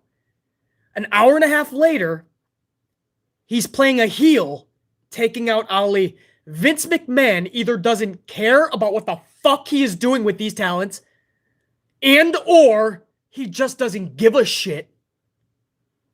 Street Profits, same thing last night. They've been playing heels, and then all of a sudden their faces last night with Ezekiel. Tommaso in the same night, Tommaso was playing a face and a heel.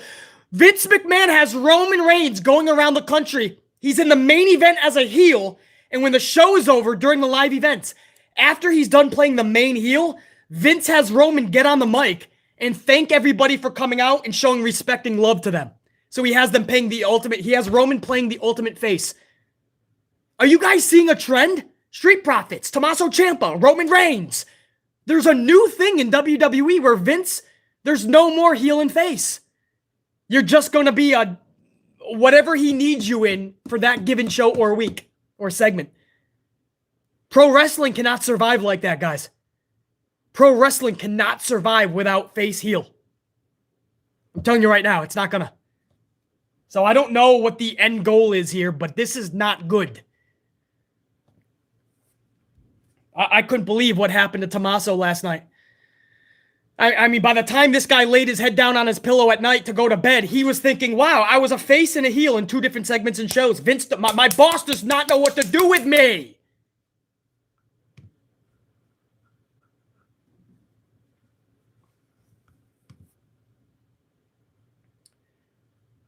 We then had a cringeworthy, awkward segment where Tamina, Ninja Tozawa, Reggie, R-Truth, and Dana Brooke are arguing in the lobby of what looks like a CVS.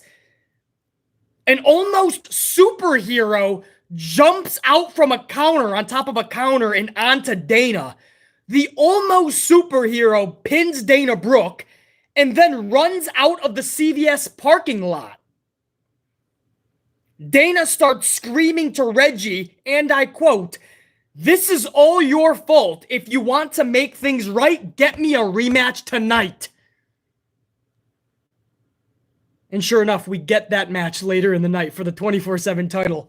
Dana Brooke versus almost superhero. So not only do we have to put up with the Catering Crusaders chasing around the fucking toy championship, the Target title, but now the new thing is the title is now defended in the ring now. Now the Catering Crusaders are having actual matches in the ring revolving around the same shitty Crusader storyline.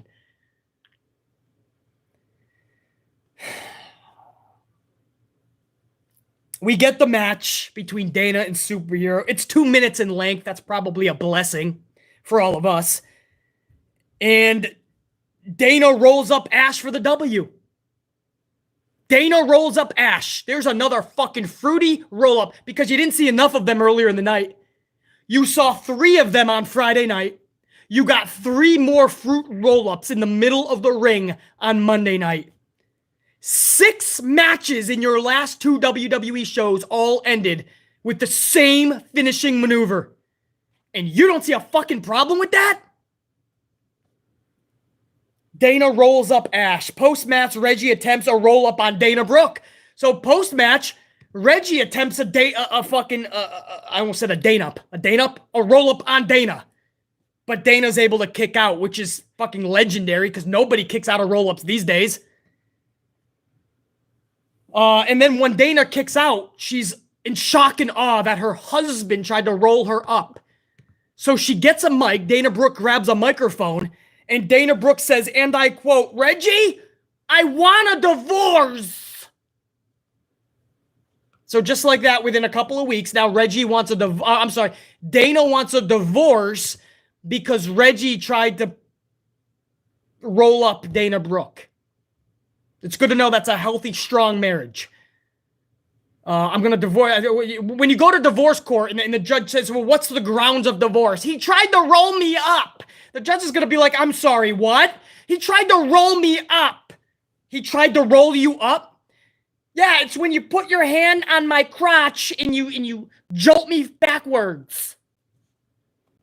The judge is going to throw that divorce out.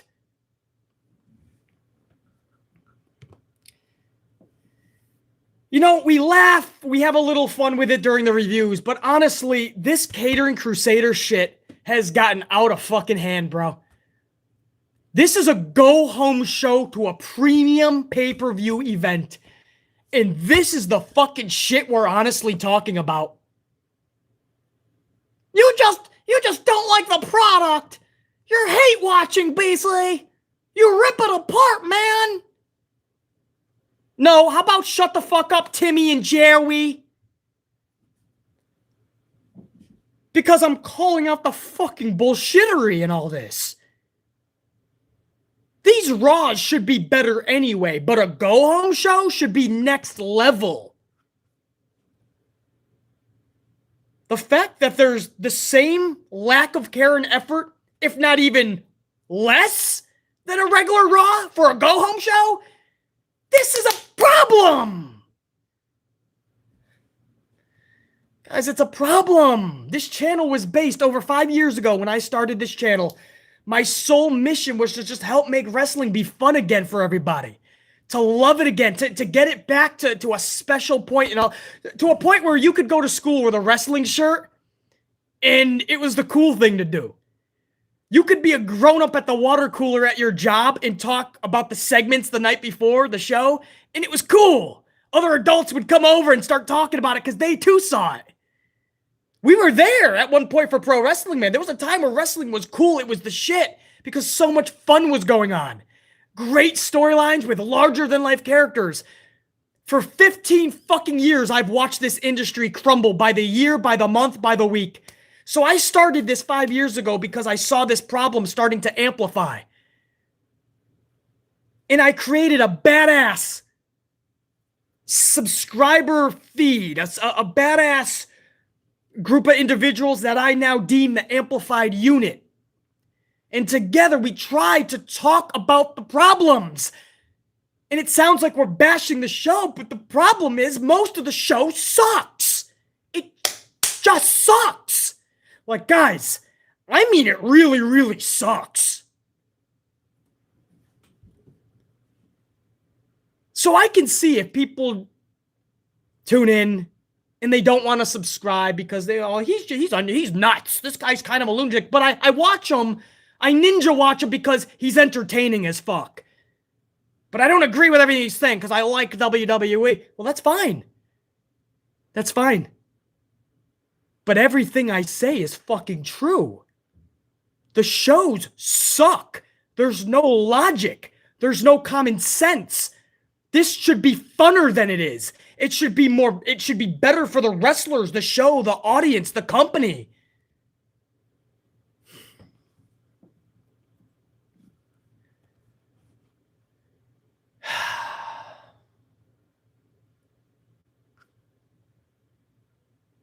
And now you pretty much got to just watch wrestling by yourself.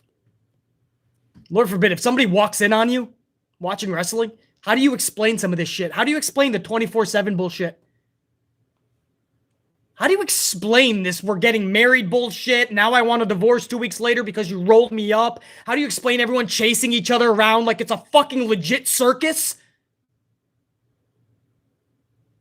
How do you explain R-Truth dressed up as a fucking Christmas tree or Ninja Tozawa? Tozawa's already dressed up as a ninja, but then he's in a trash can.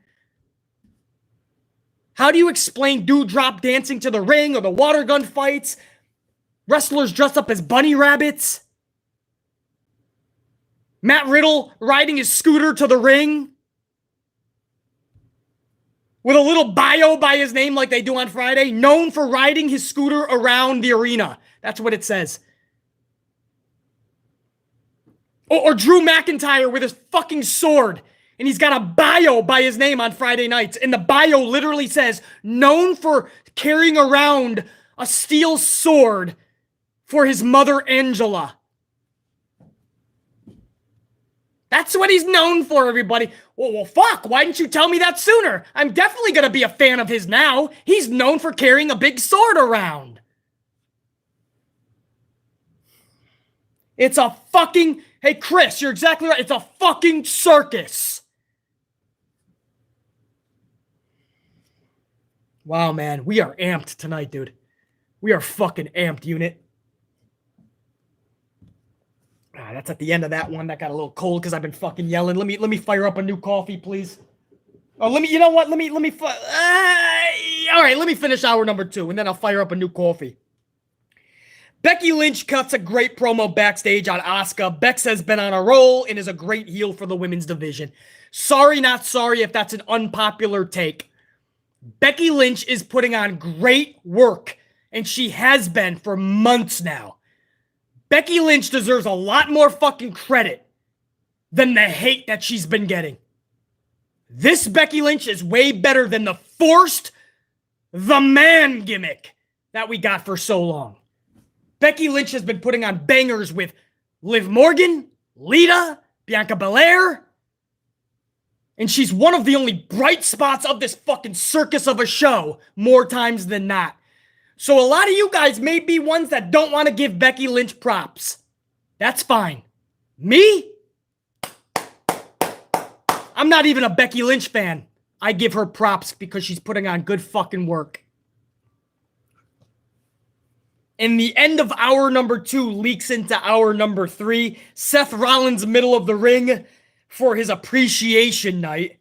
Cody interrupts, hits the ring. We get a nice pop for Cody. Some Cody chant, so it's good to see Cody still carrying momentum. Rollins brings up Dusty Rhodes, his father, and says he always wanted to be heavyweight champ, but just like you, he just wasn't good enough. This pisses off Cody, and Cody and Seth Rollins come to blows before Rollins retreats. Now again, this is just a rematch from WrestleMania. I called Cody versus Seth Rollins match of the year. Even more than the Briscoes and FTR.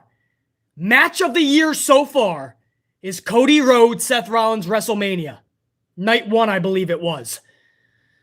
That's my match of the year. So I don't know how the fuck you're going to try to up this. They're going to give him 30, 35 motherfucking minutes? I don't know how you up this, guys. But I'm willing to fucking see where it goes. But it's a whole card of rematches. That's the problem. It's a whole card of rematches for WrestleMania whack trash this Sunday night. So I can't tell you, as much as I'm a Cody Rhodes fan per se, I can't tell you that I'm that excited. We'll see what they actually do. You know what's the best part of that segment was Cody took Rollins' obnoxious suit jacket and fucking threw it into the stands. This like palm tree, white, green palm tree type jacket. Threw it into the fans. I would love if the fan that got it tells us what brand it was. I would love to know what Rollins is, what's his brand? Where's he shopping at? Let's see how fucking eloquent it really is. It's Banana Republic. Even BC is sporting the Tommy Bahama, man. This is some fucking silky smooth shit right here, these dress shirts, guys. This is great in Florida when it's nice and hot. These are really nice when you're in New England during the fall. If you guys ever shop at Tommy Bahama, man, it's beautiful. Great stuff. It's expensive, but you're going to be happy you bought it, man, because it's some of the best stuff you're going to find. So I wonder where Seth Rollins is shopping out, bro. Thank you, James Shrimp Fajitas. This is Tommy Bahama, dude. This is like a $220 shirt, I believe it was. But you're going to love it. Because you're going to want to sleep in the motherfucker. I get these shirts down in Orlando, Florida, mostly. I have a really good relationship with Tommy Bahama down in Florida. But Seth Rollins is known for his fashion, whether that's in a good thing or not, man. Yeah. You know pile driver finisher, dude. You know how we roll. Let me start up another coffee. We'll get over to hour number 3, which was the women. Vince McMahon put the women into the main event. Now, they were under some scrutiny, just like AEW's women's division has been under scrutiny the past few weeks. And Tony Khan's booking of them, or lack thereof, with the Ember Moon talk and the whole Mandy Rose shit. The women for WWE have been under scrutiny. And, of course, Becky Lynch talking about the women being better than AEW. And everybody, whatever flag you're flying for your respective company, everybody's in an uproar. So it was kind of funny that Vince put the women all in a schmaz tag match to end that shit, man. So very, very, very interesting. We'll get to that. Let me fire up a coffee. And I also want to go over some more fucking supers, guys. I know there was a lot more before I get over to hour number 3. Hold on. I got a niece with that 99.99 banger, man. That 100 banger. I got Dave Mealy. We're going to start with Sam Byers, bro. And Sam Byers, by the way, Sam just said with that 10 spot says, a couple of coffees for BC. A cup of coffees. Sam Byers, I appreciate that. In fact, I'm going to fire one up right now. I think I'm going to go with probably Folgers, right? Or should I do a Starbucks? No, maybe a Dunkin'. No, you know what? I'm going to go Folgers. The best part of waking up, it's Folgers in your cup. Folgers, it's in your motherfucking cup. So let's fire up a Folgers, guys. Be nice if I had a cup under there, right? All right, strength is going to be at the highest level. We're going to go, temperature is going to be fucking hot. Like hottest fucking level. And we're going to let that shit brew, man. A little Folgers coffee, guys. We'll get fucking amped up for the third hour. Hey, we're almost at 300 on the ups, by the way. I just noticed that. Let's fucking catapult over that so we can start the process to 400 live on a random 6 p.m. live stream. That's how fucking badass you guys are. Sam Byers, I appreciate that, dude. And Wrestling Hoopla, 1999, showing that love. Wrestling Hoopla says, also, Raw was right down the road in my hometown. However, I missed the first hour and a half of Raw watching my Carolina Hurricanes lay the smackdown on the Boston Bruins 5-1 in the Stanley Cup playoffs. Straight fire. Hate Raw that ended in a tag schmozzery. Well, I always say this. I can never blame a sporting event for a bad rating. Either wrestling shows are going to captivate an audience or they're not. And if a wrestling show pulls in a bad rating, Wrestling Hoopla, it's because of the wrestling show's promoter. So, in this case, you did the right thing by watching the Bruins and the Hurricanes. Because that was probably more entertaining than what Vince McMahon was doing. So I don't blame you at all. And I also hate the fucking tag schmozzes, especially in the main event of a fucking go-home show, mind you. So no lies detected there, Wrestling Hoopla. And I don't blame you for not going either, by the way. And thank you guys for smashing over 300. Now we officially begin the process to 400. My Folgers is firing up, and we're going over to the fourth one. One of my tried and trues in the AMP unit. The fourth one with a 2 spot. Says, can AEW get Fit Finlay to help with the women? That would be drastically helpful, man. If Fit Finlay can get in the dump, because they got Dustin Rhodes working with them too, and it's not just Kenny Omega. Dustin also works with them. We know what Serena Deeb adds value backstage to the women. But yeah, Fit Finlay, fourth one. That would be fucking huge, dude. But it all does come down to Tony Khan. Tony Khan still has to book them properly. So you can get all the Fit Finleys, William Regals, Dustin Rhodes, Serena Deebs. If Tony Khan's not going to give him the time, it ain't going to help. DB with a 10 spot says WWE has ruined NXT call-ups. How did we go from Scott Hall debuting to Kane ripping the door off a Hell in a Cell to characters changing in 6 months to a year later they're fired? Shake my head, BC. It's just tragic. It's everybody, because BC will tell you straight out, as I always do. Vince McMahon believes he has so much talent that everybody is expendable. I honestly believe he doesn't know what to do with them, and he does not see value in them. Karrion Kross, fuck him. Keith Lee, fuck him. Mickey James, fuck her. Ember Moon, fuck her. Dakota Kai, fuck her. Scarlett Bordeaux, fuck her. Chelsea Green, fuck her. John Morrison, fuck him. Dexter Lumis, fuck him. Dakota Kai, fuck her. You can build an organization with who Vince McMahon has cut loose. He doesn't give a fuck, bro. He once said, DB, he once said at a conference call, one of the quarterly earnings report conference calls, he once said, maybe AEW's Tony Khan can take more of my talent, alluding to that ship is going to sink eventually if he keeps eating up all the talent. So far, Tony Khan is doing that. He keeps getting new shiny toy after new shiny toy. Vince McMahon is probably loving it. That's how WCW fucking sank.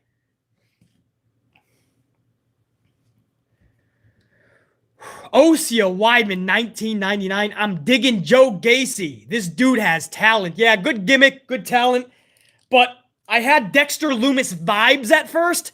And after seeing what just happened to Dexter Lumis, Osia Weidman, I'm not putting a lot of stock into his future. But I agree. There's something there. But just like Dexter Lumis, man, Vince will get tired of it. It's like a fucking... It's like the older Vince he's got the attention span of a fucking sponge. But Osea Weidman, I totally agree. Much love and appreciation, Osea Weidman. Good to see you up in here, just like Big Nang with a 2-spot. Sup, BC? What up, Big Nang?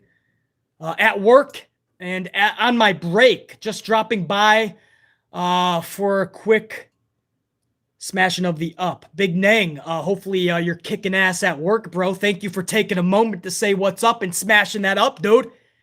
Always love to hear that, man. You guys always take even if you only got a couple minutes, you check in to say what's up. I love that. Big Nang, I appreciate that, dude. PB Silipride 999 says, when you're at the top of your game, they say you're the man. That was the original intent of the man. But when Becky started acting like a dude and Seth became her bitch, most of us tuned out. Exactly. Exactly, PB Silipride. It became cringeworthy, the man character. So I don't see how anybody is looking at this Becky Lynch and going, that's worse than the man. The man character fucking was cringeworthy. This is Becky actually playing a good heel. And she's getting hate for it? People are saying she's putting in bad work, bad matches, bad promos. It's a bad character. Fuck that shit. This is a million times better than the man. So PB Silipride, absolutely correct. You nailed it with that paragraph. Carlos Ray, BC, yeah, in the comics. Hopefully not in the movie. Salute. Long live Rick Grimes.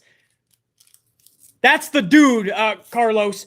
You guys warned me. I was early in the seasons because I caught Walking Dead later than everybody. And you guys warned me, as the seasons go on, it gets worse. And you ain't kidding, dude. And to see no Rick Grimes the past 3 seasons is bullshit. But I'm waiting for the movies. And I hope he doesn't get killed off, man. Because they've already killed off enough of these characters. Carlos, appreciate it, man. And I did not know that he was killed. I didn't view the comics. So this is the first time that I'm hearing about that. If you guys don't know what we're talking about, Walking Dead is the show. I was pretty much the last person to ever view it. I always watch shit way after it's been famous. I don't like to jump onto the new fads. I'm reluctant. I was probably the last one with a pager, a last one with a flip phone. The last one with 2 Gs. Carlos, salute.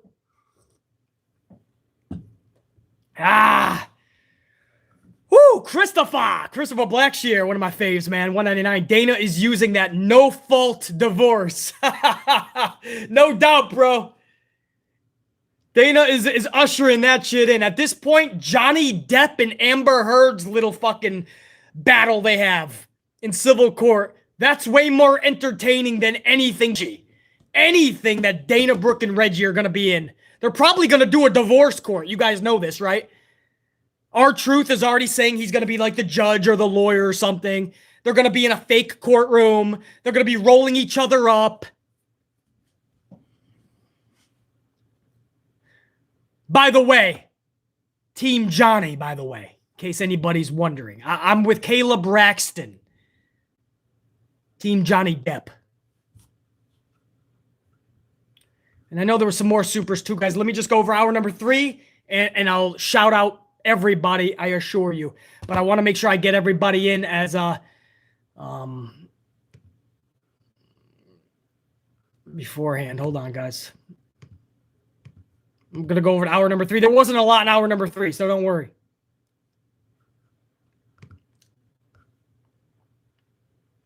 Tony Khan announces... Hold on. Before I get to hour number 3, this is breaking. Tony Khan announces a dream match for AEW Dynamite tomorrow night. What's the dream? We're throwing around dream match way too loosely, guys. I'm going to see what this dream match is, but this better be a fucking dream match. We are throwing this around a lot lately. Tony Khan has officially announced a dream match this Wednesday. Khan took to Twitter and confirmed Ray Phoenix versus Dante Martin.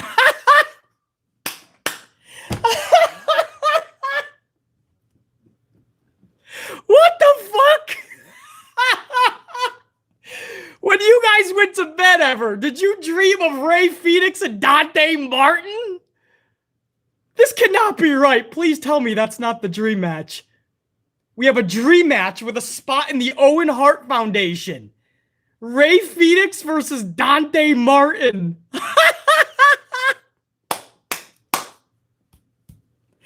Tony Khan has lost it, bro. Oh, bro, Tony Khan has lost it, dude. What's going on with our boy Tony, dog? Guys, what is going on with our boy Tony, dog? Tony needs to stay off Twitter. Somebody get this guy a PR person, a staff. This dude just announced a dream match. Ray Phoenix versus Dante motherfucking Martin? What in the... How is that a dream match? Who is dreaming about Dante Martin's matches? I'm shocked right now, man. I don't know what Tony Khan is on. I don't. I mean, there's a huge part of me that respects Tony. But some of the shit this guy says is so outrageous. This guy promoted the words dream match for Ray Phoenix and Dante Martin. You know the guy that was in a 6-man tag last week losing? Dante? That's a dream match. I'm shocked right now, guys. I'm truly shocked. A dream... Guys, I'm probably changing the fucking channel if I didn't have to critique that shit. I can come up with something way better to do on my Wednesday night prime time than watch Dante Martin and Ray Phoenix. Gonna be a good wrestling match, basically. I can't believe what I'm hearing this guy talk. Guys, when I saw Dream Match, I was like, whoa, what's going on Wednesday? Why is he giving away another big pay-per-view match? But okay, this is a dream match. This is huge.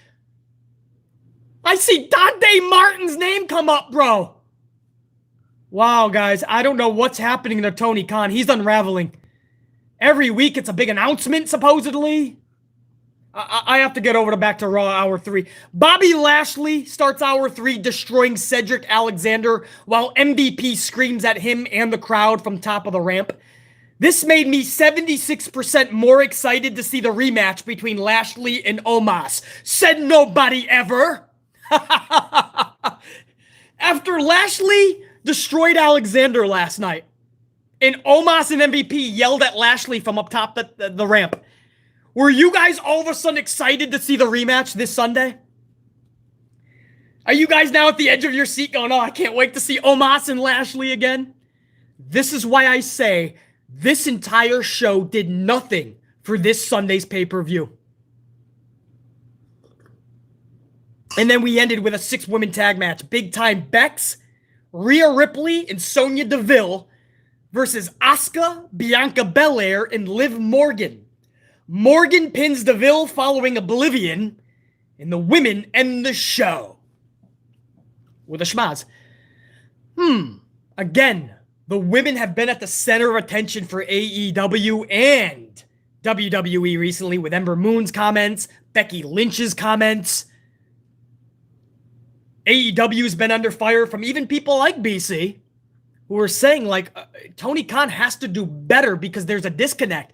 You watch an AEW women's match, if it's not like a lights-out match, if it's a straight-up match, there's a disconnect with AEW's crowd. They just don't give a fuck. I mean, it's no better at all than WWE's. The only difference is WWE actually does have more segments, even with their 2-hour shows, like a SmackDown.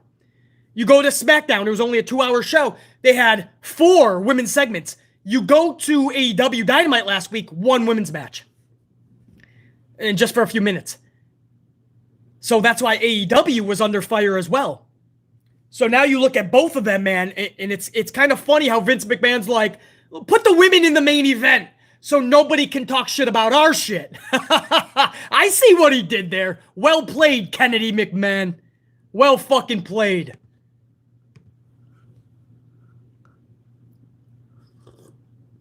between Vince McMahon and Tony Khan. They're the type of people that if you walked into a coffee shop and you saw Vince and Tony having coffee together, you'd want to walk the fuck out and go to another coffee shop because you don't know which one's loonier at this point. Christopher Blackshear I got. And Scooter McGee with that 5-spot coffee. Last night's Raw drew a 1.58 rating. Raw on April 4th after WrestleMania 38 was 2.1. Where did 500,000 people go in a month? These are appalling numbers, BC. Now, I want to go over that. That's a good way to end this motherfucking video. Is that true? Did they pull a 1.5? Whoa! Monday's live. Thank you, first of all. Who was that? Who was that, man? Scooter McGee. Thank you, because I'm about to go over that right the fuck now. Guys, I don't want to hear NBA playoffs. I don't give a fuck. If the president was speaking, it was a holiday, and there were 7 playoff games. I don't give a fuck. If you're good enough, the crowd will watch you. We learned that in the late 90s. Monday's live WrestleMania whack trash go home edition drew a 1.581. They are right back into the 1.5s. I told you this was going to happen. I didn't think it was going to happen in 1 month. This is incredibly low. You could put 12 playoff games. This is incredibly low for a go-home show to a pay-per-view premium. Wow. Your boy BC is truly, legitimately shocked right now. In less than a month, they're back to a 1.5 plus. Wow. I am fucking shocked that it happened that quickly. This is why I tell you guys, by the end of the year, they could be at a 1.250. Because I've been telling you every year they lose 250 to 300,000 viewers. If they're at a 1.2, if Tony Khan can just get a couple more 100,000 viewers, we got a battle. Wow, man, I'm shocked. Scooter McGee, thank you for telling me that. I wasn't able to check the numbers before we went live, and we've been live for over 2 hours. Yeah, for anybody that's going to watch NXT, man, that's on right now, so salute. I don't watch NXT. I try to maybe view some of it afterwards. I don't watch it live. I have a lot of business to do. In fact, I got to take off for the next couple of hours. But I never watch that live. But if you guys do watch NXT live, more power to you. I think that's starting now on the East Coast. But don't worry, BC is about to end this anyway. I think I got all my supers. If I didn't, I apologize. I'll get the full list within 20 minutes after I'm done, when this video goes up. But I think I got everybody, guys. Again, if I didn't, I will get the full list. But thank you guys so much for an awesome stream. I know this was really late evening on a fucking Tuesday night. But you guys showed up so huge, man. And I can't thank you enough. And smashing that up for the algorithm, we're going toward 400. Even starting as late as we started. That's why I say you guys are the best, man. That's not just fucking words. Hey, James Shrimp Fajitas. Nah, bruh. Salute to you too, dude. I appreciate that. Yellow Rose, Renee G, everybody, dude. Marie, I can't do a total roll call because I got some delay, but as I always do. But thank you guys, man. There'll be some impromptu videos for sure this week. I do believe there's some topics and discussions that I do want to go over. So look for that. I also want to do the AEW review. So look for that as well. So that's all coming up before SmackDown's review this weekend. So there still is a lot of content still to come, guys. Much love, respect. I kept you here long enough on a fucking night, Tuesday night. So I'm not going to keep you here another fucking second. Check you guys, and until next time, much love and respect. Rock it out. And I want to make sure that there's no other... Hold on. Well, no, you guys can take off. I want to make sure I got all the fucking breaking news, though.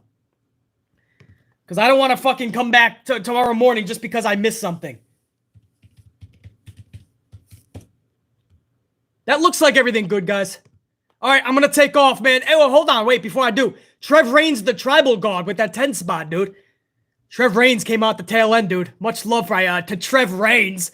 I'm not even shocked that the go-home show was that tragically awful. I was busy celebrating my 20th birthday rather than watch Raw last night. Yo! Trev Reigns, the tribal god. Happy birthday, dude. Chat, I know there's still a couple hundred of you still up in here, guys. Damn, you guys are the best. Can you guys throw some birthday emojis over to Trev Reigns, please? You probably already did. You guys have probably been talking to Trev throughout the chat, but I'm just seeing this now, so I would love to see some love go over to Trev Reigns, the tribal god. Trev Reigns, I'm usually not shocked. I can't believe they're at a 1-5. That is a tragically horrific rating for Raw this week. I'm truly shocked that they're already back at a 1-5 in 1 month after WrestleMania. Trev Reigns, the tribal god, happy birthday, dude. Thank you. Ashley Steggles, 179. He says, from out of nowhere. Ashley Steggles at the tail end with an RK super chat. And Derek Fleming Jr., 199, says, BC, real quick, how you feel about your draft picks? I love the wide receiver that we picked, man. We got a really good pick. We traded up in the second round, I believe, with the Minnesota Vikings. So we got one of the first ones in the second round. We picked up a really good receiver. So I got high hope. And we did some inside linebacker, a DB. So Derek Fleming Jr., I'm really happy, man. This is our best round that we've had in years, I believe, bro. Thank you, dude. And thank you for all the love that you guys are sending over to Trev Reigns, the tribal god, as well. You guys are the fucking best, dude. All right, I'm really gonna let you guys go now, man. No. Carlos, tail end with a 5 spot, says, how about an AEW review for my birthday, May 5th? Salute, Carlos. Hold on, Carlos. I'll tell you what. I can almost guarantee a review. Definitely, if you're talking about live. Fuck, that's hard to do, man, on a Thursday, because I always have a lot of business outside of the studio. But Carlos, I will try, man. I will try, but that is a damn good birthday to have. Either way, Carlos, there's going to be a live stream within the next few days. So please, if I forget, remind me it's your birthday, man. We're going to give you a big-ass shout-out, dude. Carlos Ray, one of my tried and trues for a long-ass motherfucking time. Big birthday on Cinco de Mayo, I believe. May 5th. That's huge.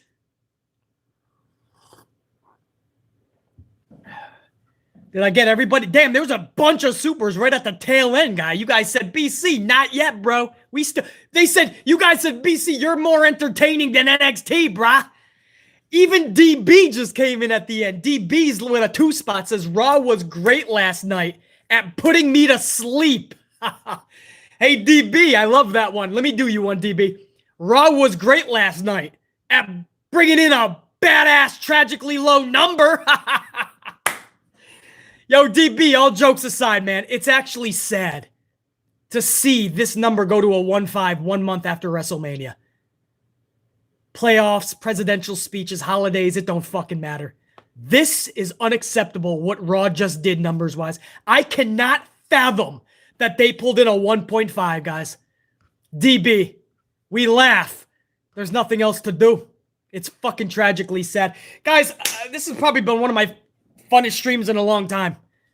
I can't say I'll be going live at nighttime that many times because I do have so much business at night as well. But thank you guys for showing up at a time that we never go live. That was really fucking awesome. For now, we're going to check you later. And there's one thing I got to ask Sasha to do. And that's hit my motherfucking music. Poor Sasha's been here for fucking 12 hours. She needs to go home. She's in overtime right now. Sasha, hit my music. Not Return of the Mac either. That's going to be a copyright. There you go. There you go.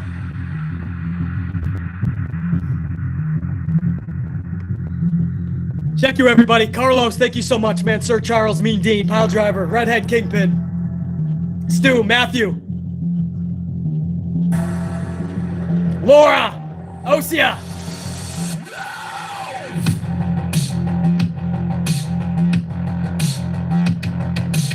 Smony, Jacqueline, Dave Mealy, Renee G, Eddie, Trev Reigns, happy birthday, CT, CT.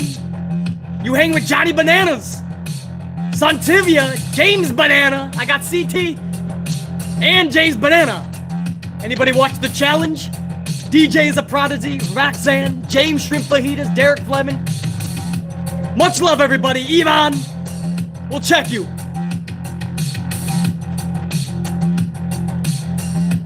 You can go. You hit the bricks. You're good. You're off. You're off. You can go, Sasha. No